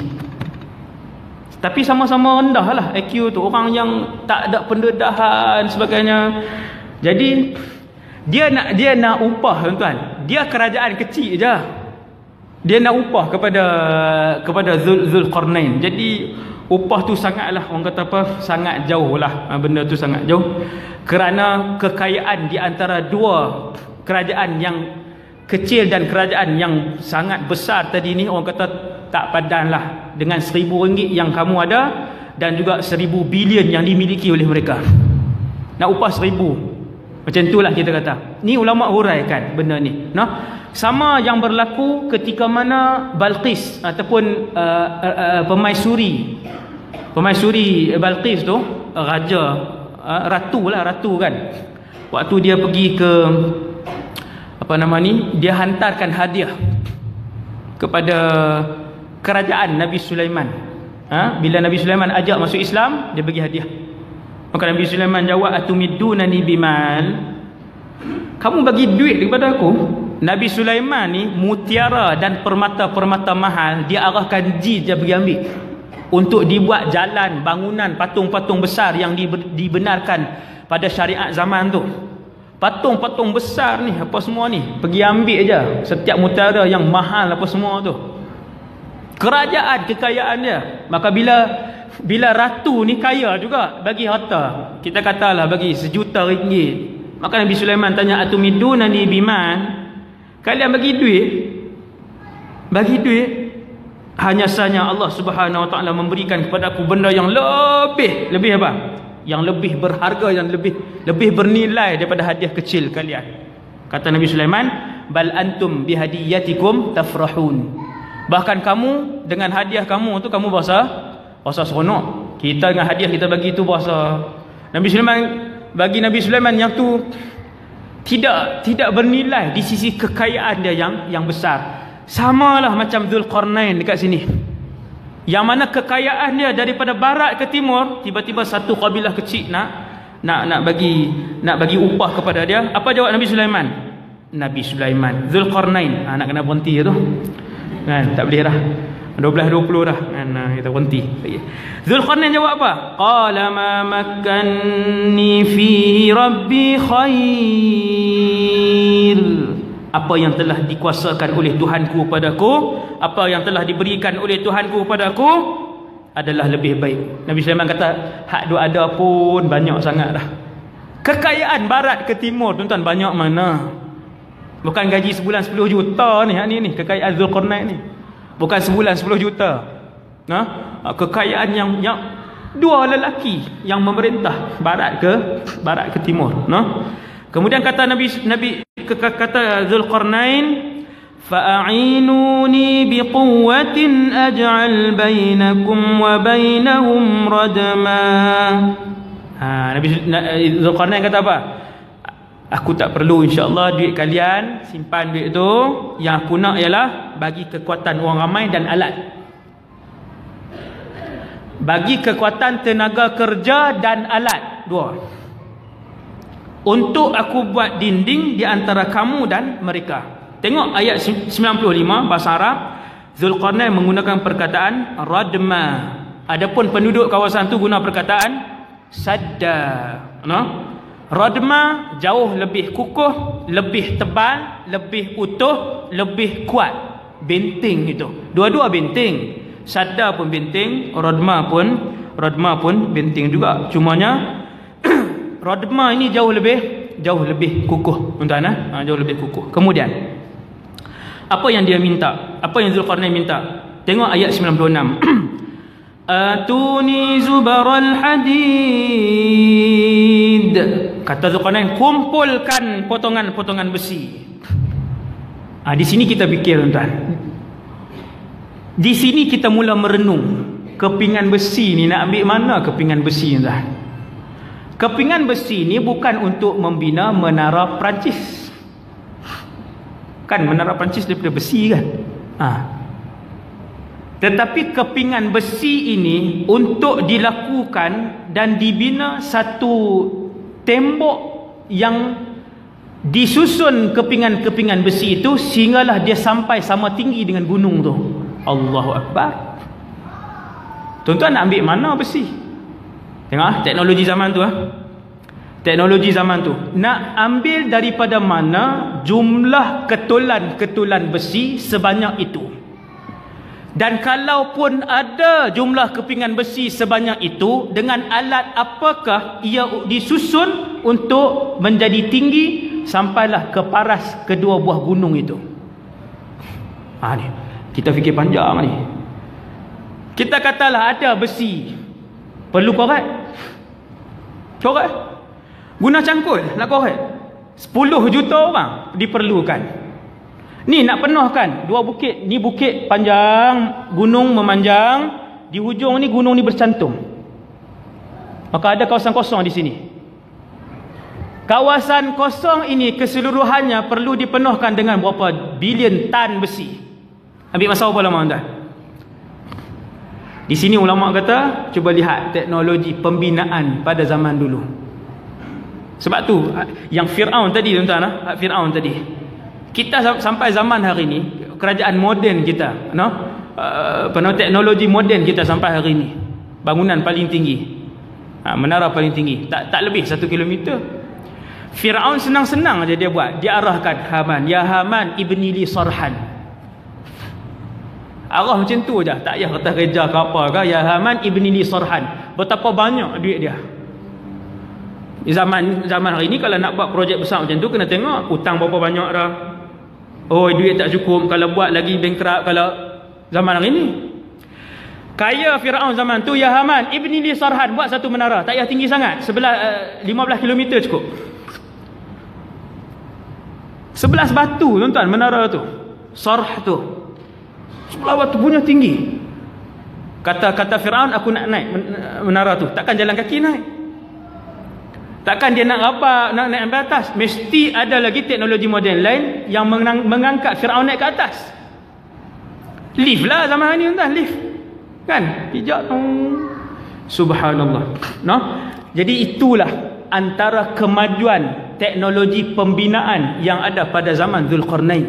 Dahsyat, tuan. Atuni zubaral hadid. Ayat tu simple, tetapi siapa yang berfikir lebih mendalam, Zulkarnain kata, bawa ketulan besi, himpun dan tindankan ketulan-ketulan besi itu di atas gunung ni, macam ni. Himpun ni, penuh kan ni? Penuh. Akhirnya penuh? Dah penuh. Subhanallah. Tak tahu berapa banyak tentera diperlukan, berapa banyak besi diperlukan, apakah jentera yang digunakan ketika itu. Satu untuk keluarkan besi daripada bawah, yang kedua untuk angkut dan timbun ni. Dia kalau bukit tu rendah, tuan-tuan, kalau bukit tu rendah, Ya'juj Ma'juj naik macam tu je lah. 2 jam sampai lah belah sana. Nampak, tuan-tuan? Kalaulah bukit itu rendah, 2 jam je Ya'juj Ma'juj naik sampai belah no. Dia naik atas, dia babai. Dia kata rendah je, dia kata rendah je, sekejap je. Tetapi disebabkan bukit ini tinggi dan curam belah sini, lalu dibina, kemudian penuh. atuni zubaral hadid hatta idza sawa bainas sadafaini qala anfukhu. Apa jadi? Hingga apabila besi itu telah sama rata dengan kedua puncak gunung tu. Faham tuan? Ni puncak ni. Ni puncak ni. Tindan besi, tindan ke tulang besi sampai penuh. Subhanallah, berapa bilion tan besi. Berapa bilion tan besi. Ajaib lah, ajaib. Dan benda tu ambil masa hanya beberapa ketika saja. Nah, kemudian apabila besi-besi itu telah pun ditindan, tiuplah api. Bakar apa tuan? Besi ni. Maka diletakkanlah kayu di celah-celah ni. Kayu. Kita tak boleh bayang lah. Kayu apa pula dia letak? Macam mana pula dia ambil kayu-kayu tu diletakkan di celah-celah ni? Allahu Rabbi. Setelah diletakkan kayu-kayu ni, dibakar. Maka terbakarlah besi ni, tuan-tuan. Panas ke tak tuan-tuan? Saya tanya. Ni masalah yang ketiga. Kita bakar satu longgokan 10 ataupun 20 meter, kita dah tak boleh berdiri dah dengan longgokan sampah ataupun api tu. 10 meter tak boleh dah, 20 meter tak boleh dah, bahang dia. Apatah lagi yang dibakar ni adalah besi yang ketinggian dia mencecah berapa kilometer, kemudian bakar. Dia guna teknologi apa pula?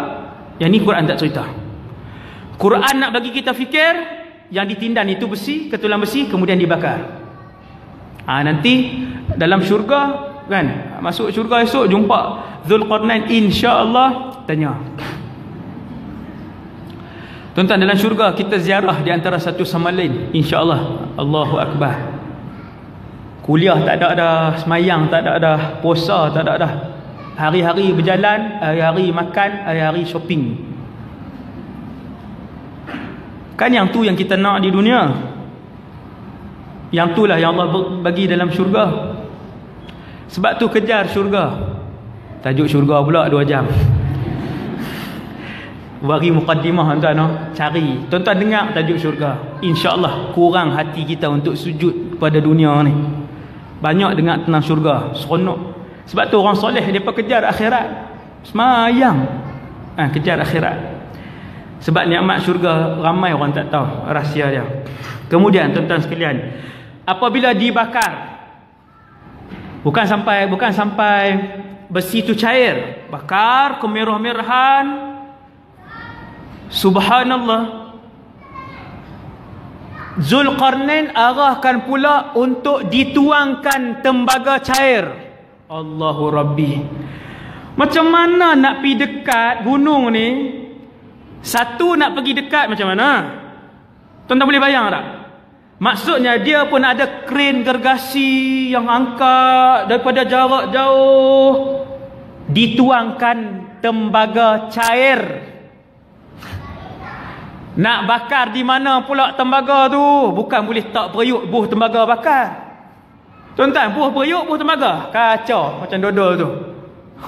Tak dan tengoklah tembaga tu. Subhanallah. Dan berapa bilion tan pula diperlukan tembaga cair untuk dituang daripada atas ni turun ke bawah. Allahu akbar. Penuh persoalan bila kita baca kan, kita berhenti lama. Subhanallah. Teknologi zaman tu dibina dengan kepakaran yang dibawa oleh Zulqarnain. Punyalah dahsyat kerajaan dia, tuan-tuan.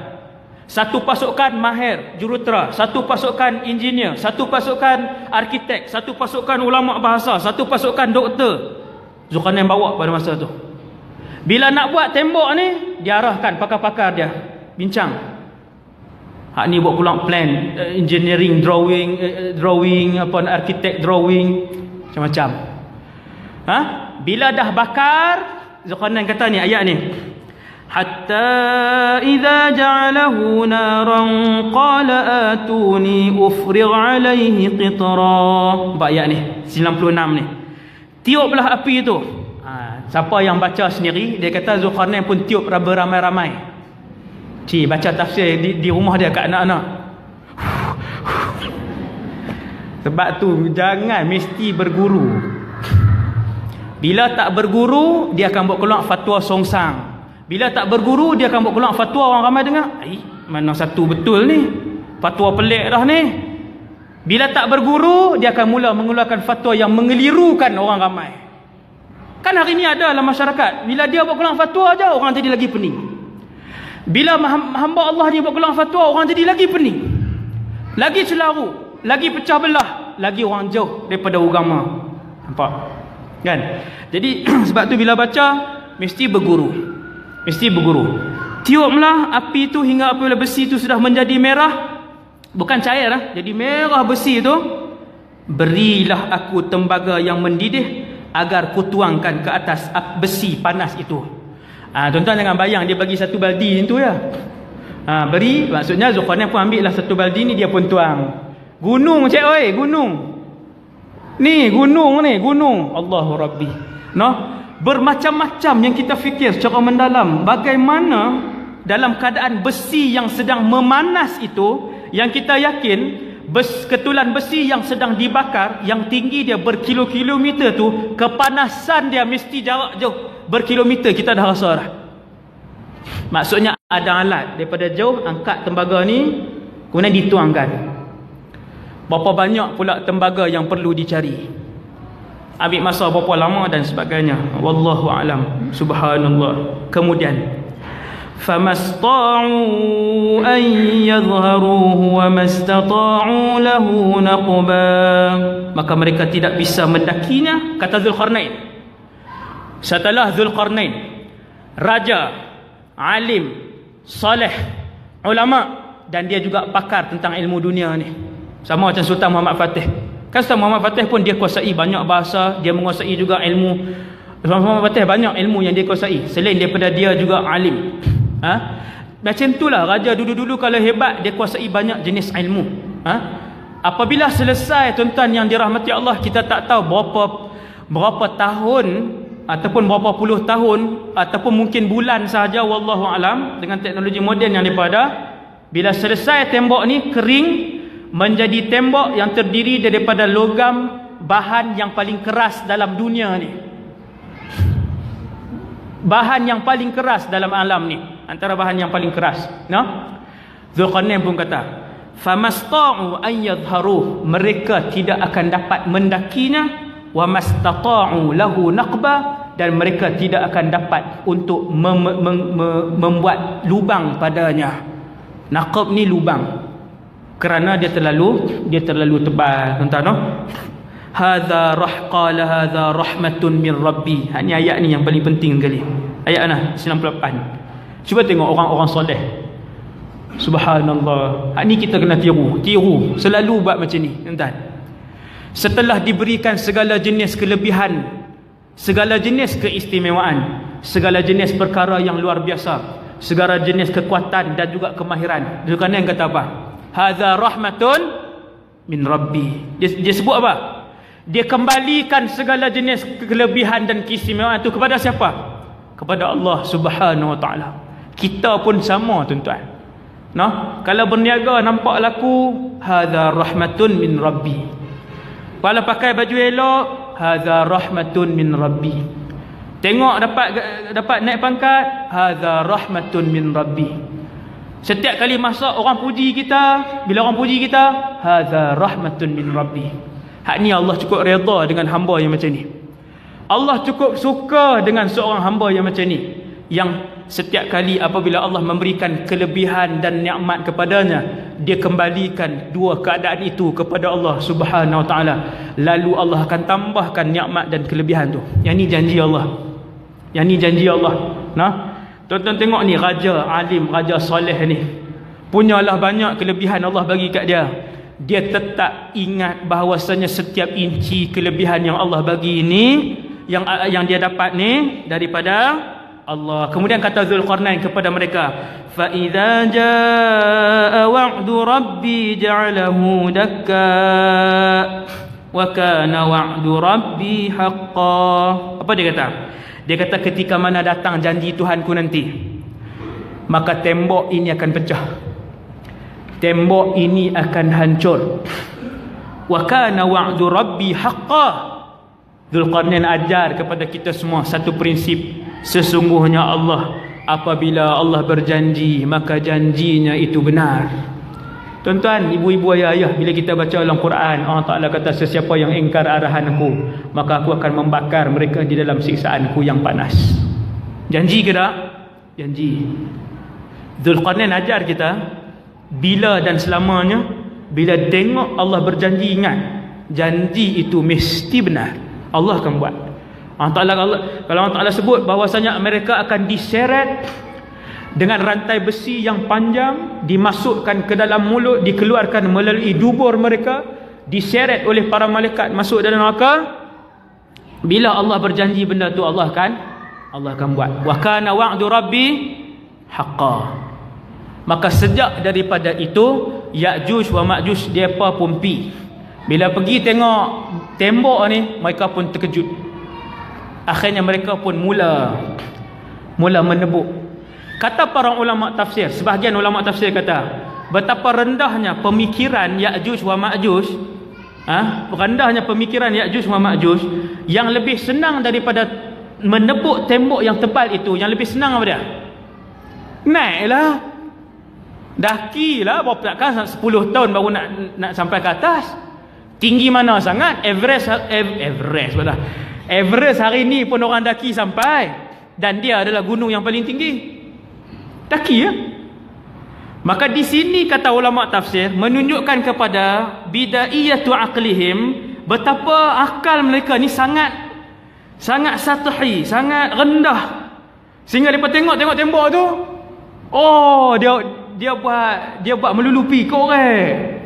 Dia tak panjat, dia tak daki, sehinggalah hari ini mereka sentiasa menebuk lubang untuk tembus sampai ke sana. Dan tiap-tiap hari, dengan jumlah tentera Ya'juj wa Ma'juj yang begitu banyak, dia tebuk. Dan bila sampai, ketua dia kata, esok kita akan pecahkan tembok ni. Setiap kali esokkan harinya mereka sampai, lubang itu akan ditutup oleh Allah Subhanahu wa ta'ala. Mai tengok, penuh balik. Korek lagi, penuh balik. Allah penuhkan balik. Sampailah nanti satu ketika, nak dengar tak cerita 1240 ni? Macam mana ni? Ni Ya'juj Ma'juj tak masuk lagi ni, baru Zulqarnain. Entah no? Sampailah satu ketika, saya perhabis tak payah soalan dah no. Ni sesi soalan dah ni. Tak payah soalan, saya perhabis sampai ke satu ni tak mau, satu soalan pun tak mau dah. Satu terus subhanakallahumma bihamdik, terus ni kita pergi minum. Tuan-tuan, sampailah satu ketika, satu hari Rasulullah masuk rumah Sayyidatuna Zainab binti Jahash. Rumah isteri Nabi kan banyak keliling tu, bilik. Ada giliran Zainab binti Jahash. Bila Nabi masuk, kemudian Nabi kata la ilaha illallah dengan nada terkejut. La ilaha illallah, terkejut Nabi. Wailul lil Arab, habislah orang Arab, min syarrin qad iqtarab, daripada satu perkara buruk yang sangat hampir. Qad futiha min radmi, hari ini telah dibuka daripada tembok Ya'juj wa Ma'juj, mislu hadhihi, sebesar ini. Nabi tunjuk kat isteri dia Zainab binti Jahash. Nabi buat macam ni, terbuka dah ni, sebesar ni. Kira Ya'juj wa Ma'juj sekarang sampai hari ni, dia dah boleh tengok, dia dah boleh lihat tembok ni tuan-tuan. Wallahu a'lam lah berapa tebal tembok ni tuan-tuan, tutup gunung tuan-tuan. Yang baik duduk belah sana, Ya'juj Ma'juj duduk belah sini. Tembok ni telah pun berlubang sebesar ini. Kira Ya'juj Ma'juj duduk tengok macam tu sekarang ni, duduk lawan tolak tengok kan. Tu saya tambah lawan tolak tu saya tambah. Jadi semua orang tengok dah mukjizat Rasulullah. Allah tunjuk suasana tu. Rasulullah ni kalau tuan-tuan tengok mukjizat dia, hampir 1000 mukjizat Nabi ya. Tengok mukjizat Nabi, macam-macam mukjizat Rasulullah. Nabi nampak tuan-tuan, Nabi nampak Allah tunjuk itu, Allah tunjuk ini. Waktu semayang Allah tunjuk syurga ke Nabi, sampai Nabi buat tangan macam tu, tunjuk syurga. Sampai Nabi berjalan setapak ke depan.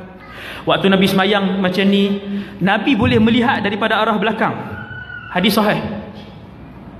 Nabi kata, aku boleh melihat apa yang kalian lakukan kerana aku melihat ke depan dan aku melihat ke belakang. Sengam sahabat. Tahu ni nak tengok macam tu kan. Subhanallah. Ke sini kan. mukjizat Rasulullah. Antara mukjizat Nabi, Allah tunjuk ke Nabi suasana di sekitar tembok tu. Tuan-tuan sekalian, itu 1400 tahun yang lalu Nabi membuatkan tangan ibham ni, tangan apa? Ibham ni orang panggil ibham. Ibu jari. Bahasa Melayu kan. Ni dengan ni sababah, ni orang panggil sababah. Nabi buat macam tu. Nabi cantumkan ibham dengan 5 talihi min isbi', dengan jari yang seterusnya. Nabi buat macam ni. Sudah sebesar ini. Kita kata selamat lah ustaz, dah baru besar ni kan. Nak masuk satu orang paling kurang 1400 tahun yang lalu. Hari ni wallahu alam. Saya tak mau tunjuk macam ni pula kan. Itu pandai-pandai lah, tak ada ulama sebut. Cumanya ulama kata berfikirlah. Okey, tuan-tuan yang dirahmati Allah sekalian, setiap hari mereka mengorek lubang itu. Nabi sebut dalam satu hadis, sehinggalah satu hari. Zaman siapa? Di Syria, Dajjal dah keluar 40 hari. Dia sudah pun mengelilingi dunia. Ni dulu kita dah cerita dah. 40 hari itu bukanlah 40 hari yang sama dengan 24 jam hari ni sehari. Tetapi 40 hari itu dalam satu hadis yang sahih, hari yang pertama panjang dia setahun. Maka sempatlah Dajjal mengelilingi seluruh dunia kerana dia pun bergerak dengan laju. Kal ghaith istadbarathu rih, hadis sahih yang kedua. Setelah Dajjal buat keseluruhan kerosakan, akhirnya dia bertempur dengan tentera Imam Mahdi. Tentera Imam Mahdi tak mampu untuk berdepan dengan tentera Dajjal, akhirnya dikepung dalam satu masjid. Ada riwayat kata subuh, ada riwayat kata asar. Dua-dua riwayat sahih. Ambil salah satu, subuh. Ketika mana mereka telah mengiqamahkan Allahu Akbar, Allahu Akbar, Imam Mahdi pun tampil ke depan untuk solat. Waktu itulah turunnya Nabi Isa di Menara Putih. Menara Putih, hadis ni sahih. Syarqiyya Dimashq, di timur Bandar Damsyik. Hari ni Bandar Damsyik hari ni. Nabi sebut terus terang, tak payah khilaf dah. Syarqiyya Dimashq. Di situ Nabi Isa akan turun. Ala ajnihati malakain. Dia meletakkan tangannya di atas sayap dua malaikat. Ya, sayap. Malakain. Malakain ni dua malaikat. Tu macam tu. Kemudian dia turun di menara itu. Di menara itu. Ulama-ulama Syam sebut menara itu adalah menara, ni ijtihad juga. Sebab Nabi tak sebut masjid mana. Cuma Nabi sebut menara tu berwarna putih, berada di timur Damsyik. Kedua-dua sifat itu ada pada menara di sebuah masjid dekat dengan rumah sewa saya. Waktu tu lebih kurang 15 minit jalan kaki. Menara tu ada di menara Masjid Al-Umawi. Orang yang pernah pergi berjalan melancung ke Syria, itu masjid tu akan dibawa jalan ke situ. Masjid tu nama Jami' Al-Umawi. Dalam masjid tu ada kepala Nabi Yahya alaihissalam. Dalam masjid tu ada kepala Nabi Yahya. Tak cerita sejarah Syria pula 3 jam. Sejarah Syria tuan. Allahu Akbar. Memang nak duduk situlah. Tuan-tuan sekalian, Nabi Isa turun.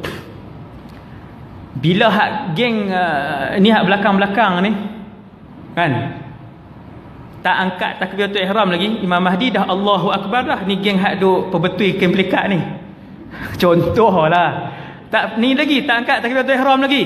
Tuan-tuan, malaikat turun 2 orang, turun tak berupa manusia, dengan wajah malaikat, dengan sayap itulah. Jelas hadis ni dia tak tafsir kot lain dah. Turun dalam keadaan 2 tangannya diletakkan pada sayap 2 malaikat. Yang duduk saf belakang ni tengok Nabiullah Ruhullah Isa ibn Maryam. Dengarlah Imam Mahdi di depan tu. Turun terus berjalan melakukan solat. Nampak solat? Pentingnya solat yang ditinggalkan oleh umat Islam hari ni. Kekuatan umat Islam hari ni. Setelah berapa ribu tahun duduk di langit yang kedua, hayyun yurzaq, dalam keadaan ada nyawa dan nafas macam manusia biasa, dan diberikan rezeki oleh Allah. Kemudian turun. Apa benda pertama Nabi Isa buat? Solat. Turun, terus masuk saf. Subhanallah, koklah pergi ambil semayang dulu. Nak duduk salah lengoh tadi ni, tinggi tu. Lagi kedua kan, lengoh di belakang ni. Kesak nafas apa semua. Turun terus masuk ke dalam saf Imam Mahdi ke belakang beberapa langkah, kata Rasulullah. Ni hadis. Lalu Nabi Isa pegang bahu dia, tolak dia ke depan. Laka uqimat, kata Nabi Isa, solat ini diiqamahkan untuk kamu. Sebahagian daripada umat ini akan menjadi imam kepada sebahagian yang lain. Takrumatullah li hadhil ummah, kemuliaan Allah kepada umat ni. Maka solatlah Nabi Isa, Nabi ulul azmi, tuan-tuan, di belakang umat Nabi Muhammad sallallahu alaihi wasallam. Nak beritahu apa? Ulama kata mulianya umat Rasulullah. Walaupun ulama tak khilaf Nabi Isa lebih tinggi kedudukannya daripada Imam Mahdi, tetapi istimewanya umat ini. Tu tajuk keistimewaan umat Nabi Muhammad, sejam setengah. Tuan-tuan sekalian, dia pegang bahu, dia kata duduk di depan. Habis semayang, habis solat subuh, riwayat pertama, bangun semua tentera-tentera mujahidin yang hebat. Seronoknya boleh tengok muka Rasul, tuan-tuan. Muka kan roh dia, ustaz. Muka cik, oi, muka ni dengan badan dia, dengan tangan dia, wajah dia, pertuturan dia. Tuan-tuan tak pernah bayang ke satu hari boleh hidup bersama seorang Rasul? Tak pernah terfikir ke ni bila baca hadis ni? Lama pula tu dia hidup 40 tahun hidup bersama umat Nabi Muhammad. Allahu Akbar. Tuan-tuan, dia pun bangun, bergerak ke salah satu pintu di masjid tu. Buka pintu, ada Dajjal. Di belakang Dajjal ada tentera elit dia, berapa puluh ribu tu. Tentera elit dia penuh di belakang. Bila Dajjal lihat Nabi Isa, bergetarlah tubuh badannya, pucat lesilah kulitnya. Tak lawan, tuan-tuan, tak berlawan. Terus Dajjal melarikan diri selaju-lajunya, dan berselerakkanlah tentera-tenteranya. Mereka melarikan diri ke Palestin. Sampai di Palestin dengan Syria ni sebelah-sebelah. Ni Palestin, Syria, Jordan, Madinah, Mekah. Kami pergi naik bas saja dulu buat umrah. Punyalah manis kenangan tu. Nak cerita ke? Tak yalah. Cerita tu pula kan. Kira makan minum berkemah di dalam bas ni. Cerita juga. Masak air, buat teh kan. Sonoklah, Allahu Akbar. Kenangan tak tahu, subhanallah. Syria ni jiran Palestin. Bila nak lari ni tak jauh lah, tapi ratus kilometer jugalah. Dajjal pun bawa tentera dia lari ke sini. Sampai di satu tempat nama Babul Lud. Di situlah Nabi Isa mengepung Dajjal dan kemudian membunuh Dajjal. Dia tak ada pertempuran. Nabi Isa buat keluar pedang merah, ni pedang biru, yang tu Star Wars. Nabi Isa dia buat keluar senjata dia, bunuh sekali je. Dan kesemua musyrikin, tentera-tentera elit Yahudi ketika tu, apabila bau nafas Nabi Isa bernafas je, maka mati mereka. Mati. Hak mana yang ni yang mana sempat bau haruman nafas Nabi Isa ni, mati tentera tadi.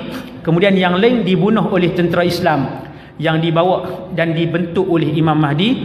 Waktu itulah tentera-tentera Yahudi berlindung di sebalik tembok, di sebalik batu, di sebalik pokok, di sebalik, semua menyorok je kan. Tengok tembok, lepas tu menyorok balik kan. Setiap batu pokok akan bercakap, wahai tentera Islam, datang, di belakang aku ada Yahudi, bunuhlah dia.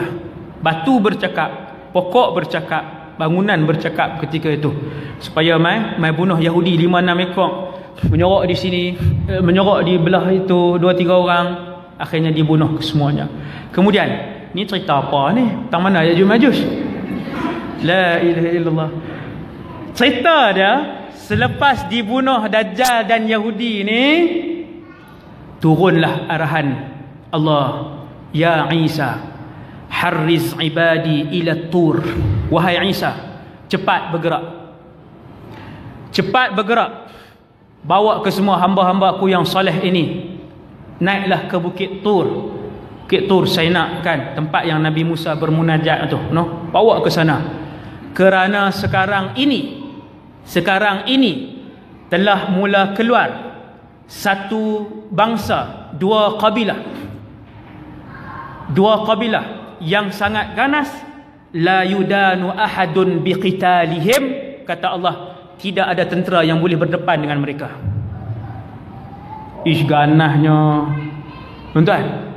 Ya'juj wa Ma'juj ketika itu, waktu Nabi Isa selesai membunuh Dajjal, keluarlah tanda besar kiamat yang seterusnya. Nama tanda besar itu adalah Ya'juj wa Ma'juj. Cepat wahai Isa, mereka sedang keluar. Duk tengah keluar ni, Allahu Rabbi. Maka Nabi Isa pun bawa dengan segera. La yudanu, kata Rasulullah, la yudanu ahadun biqitalihim. Wahai Isa, tidak ada tentera yang boleh bertempur dengan mereka. Jangan cuba lawan. Banyaknya pasukan ni dan ganas. Maka Nabi Isa pun bawa, selamat semua duduk di atas. Bumi ni dipenuhi Ya'juj wa Ma'juj. Maksudnya bukanlah setiap inci bumi, ramailah di merata-rata tempat. Lalu saja sungai, kering sungai. Lalu tasik, kering tasik. Sehingga kan Nabi kata bila mereka lalu tasik Tabariyah, yang panjangnya lebih kurang 60 km, tasik Tabariyah ni, lalu tentera Ya'juj wa Ma'juj, maka yang di bahagian depan tu minum, mandi apa semua, kemudian berjalan. Tentera bahagian belakang mai tengok, kering dah. Nabi kata tentera yang bahagian belakang sebut, dahulu kawasan ini berair dan tentera kita yang hadapan yang minum dan habiskannya. Ai, banyak mana tuan? No? Oi. Berapa, wallahu alam lah, berapa banyak Ya'juj wa Ma'juj ini, dua kabilah ni yang kesemuanya ganas. Tuan-tuan tengok filem yang orang Hollywood duk buat akhir-akhir kan. Bukanlah mereka cerita sebiji, tetapi filem-filem yang Yahudi buat, filem-filem akhir zaman ni, bila kita tengok manusia-manusia ganas kan. Manusia, dia memang manusia tetapi dia ganas, keluar buat kerosakan apa semua, sampai satu tahap bila dia dah bunuh kebanyakan manusia di atas muka bumi ni, mereka sampai di satu tempat, Nabi cerita nama bukit tu Bukit Khumar. Apabila sampai di kawasan Bukit Khumar ni, kebanyakan manusia telah pun dibunuh, tak semualah, dia dah bunuh banyak. Maka mereka kata, kita telah membunuh kesemua penduduk bumi, ayuh kita memerangi penduduk langit. Nak perang dengan penduduk langit pula. Lalu mereka pun memanah ke atas. Pakat panah ke atas. Cerdik ke tak cerdik? Memang tak cerdik. Tu yang ulama tafsir daripada awal beritahu ni. Dia panah ke atas, kemudian anak panah itu dikembalikan oleh Allah Subhanahu Wa Taala, maksudnya para malaikat lah, bagi balik dalam keadaan hujung panah itu ada darah. Maka bertambah kufurlah mereka dengan Allah Subhanahu Wa Taala. Bila Allah murka dengan satu orang, betul-betul murka, maka Allah akan memberikan kepada dia penambahan kesihatan dan kewangan dan pangkat untuk dia lebih jauh daripada Allah Subhanahu Wa Taala. Ingat, Allah Subhanahu Wa Taala apabila sampai kepada satu keadaan, Allah begitu murka, bukan pada jin dan setan tuan-tuan, hatta kepada satu orang manusia yang terlalu banyak buat kerosakan di atas muka bumi Allah.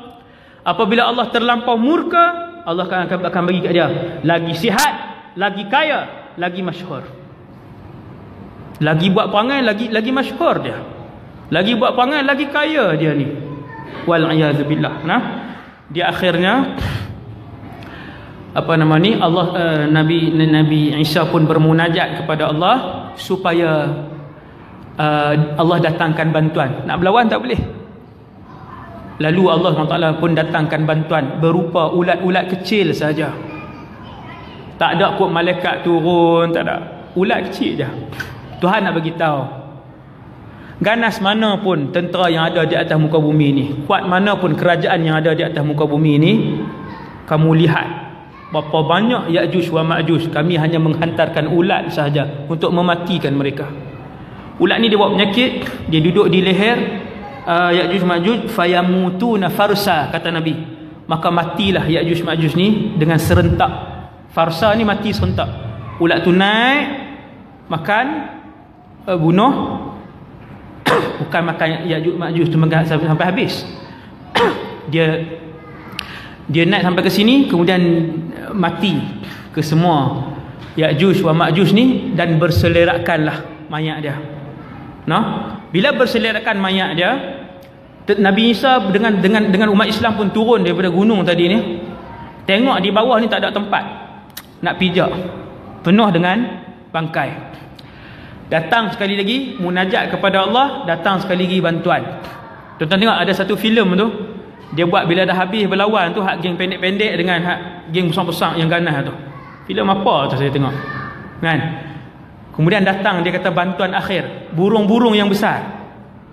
Tuan-tuan, dalam hadis Nabi juga, bukan saya nak sebut yang tu merujuk pada hadis Nabi ni, tapi orang yang melihat filem-filem akhir zaman ni, dia tengok ada banyak persamaan yang pengarah-pengarah Yahudi ni nak bagi tahu. Jadi munajat yang kedua, Allah menghantar burung-burung yang tengkok mereka panjang seperti tengkok unta. Tengkok ni leher lah. Kau sama kan? Okey. Jadi tengkok dia panjang, maksudnya burung tu besar, datang ambil mayat-mayat ni kemudian buang. Ambil buang, kemudian turun hujan dengan lebatnya, lalu dibersihkan. Maka turunlah Nabi Isa menyambung kehidupan manusia di atas muka bumi Allah selama sekian puluh tahun, sampailah Nabi Isa pun wafat. Dia berkahwin. Bayang tengok, umat ni salah seorang, bukan umat belah ni jantan kan, umat ni pula kan, umat ni lah kan, subhanallah, akan berkahwin dengan Rasul. Subhanallah, bukan malaikat lah ni, umat Nabi Muhammad yang biasa ni akan berkahwin dengan Rasul, kahwin dengan Nabi Isa. Bayang tengok, seronoknya jadi isteri Nabi, beranak pinak kata Rasulullah. Kemudian Nabi Isa pun akan mula tua, manusia biasa. Kemudian dia menghembuskan nafas yang terakhir, datanglah tanda kiamat yang seterusnya. Matahari naik belah barat, keluar binatang dabah sebagainya, kemudian berlaku kiamat. Walhamdulillahirabbil alamin. Habis pukul 1, sekadar tu dulu insya-Allah kongsian kita pada tengah hari ini, yang baik daripada Allah SWT, yang lemah daripada diri saya sendiri. Aqulu qali hadza astaghfirullahal azim li wa lakum. Subhanakallahumma wa bihamdik asyhadu an la ilaha illa anta astaghfiruka wa atubu ilaik.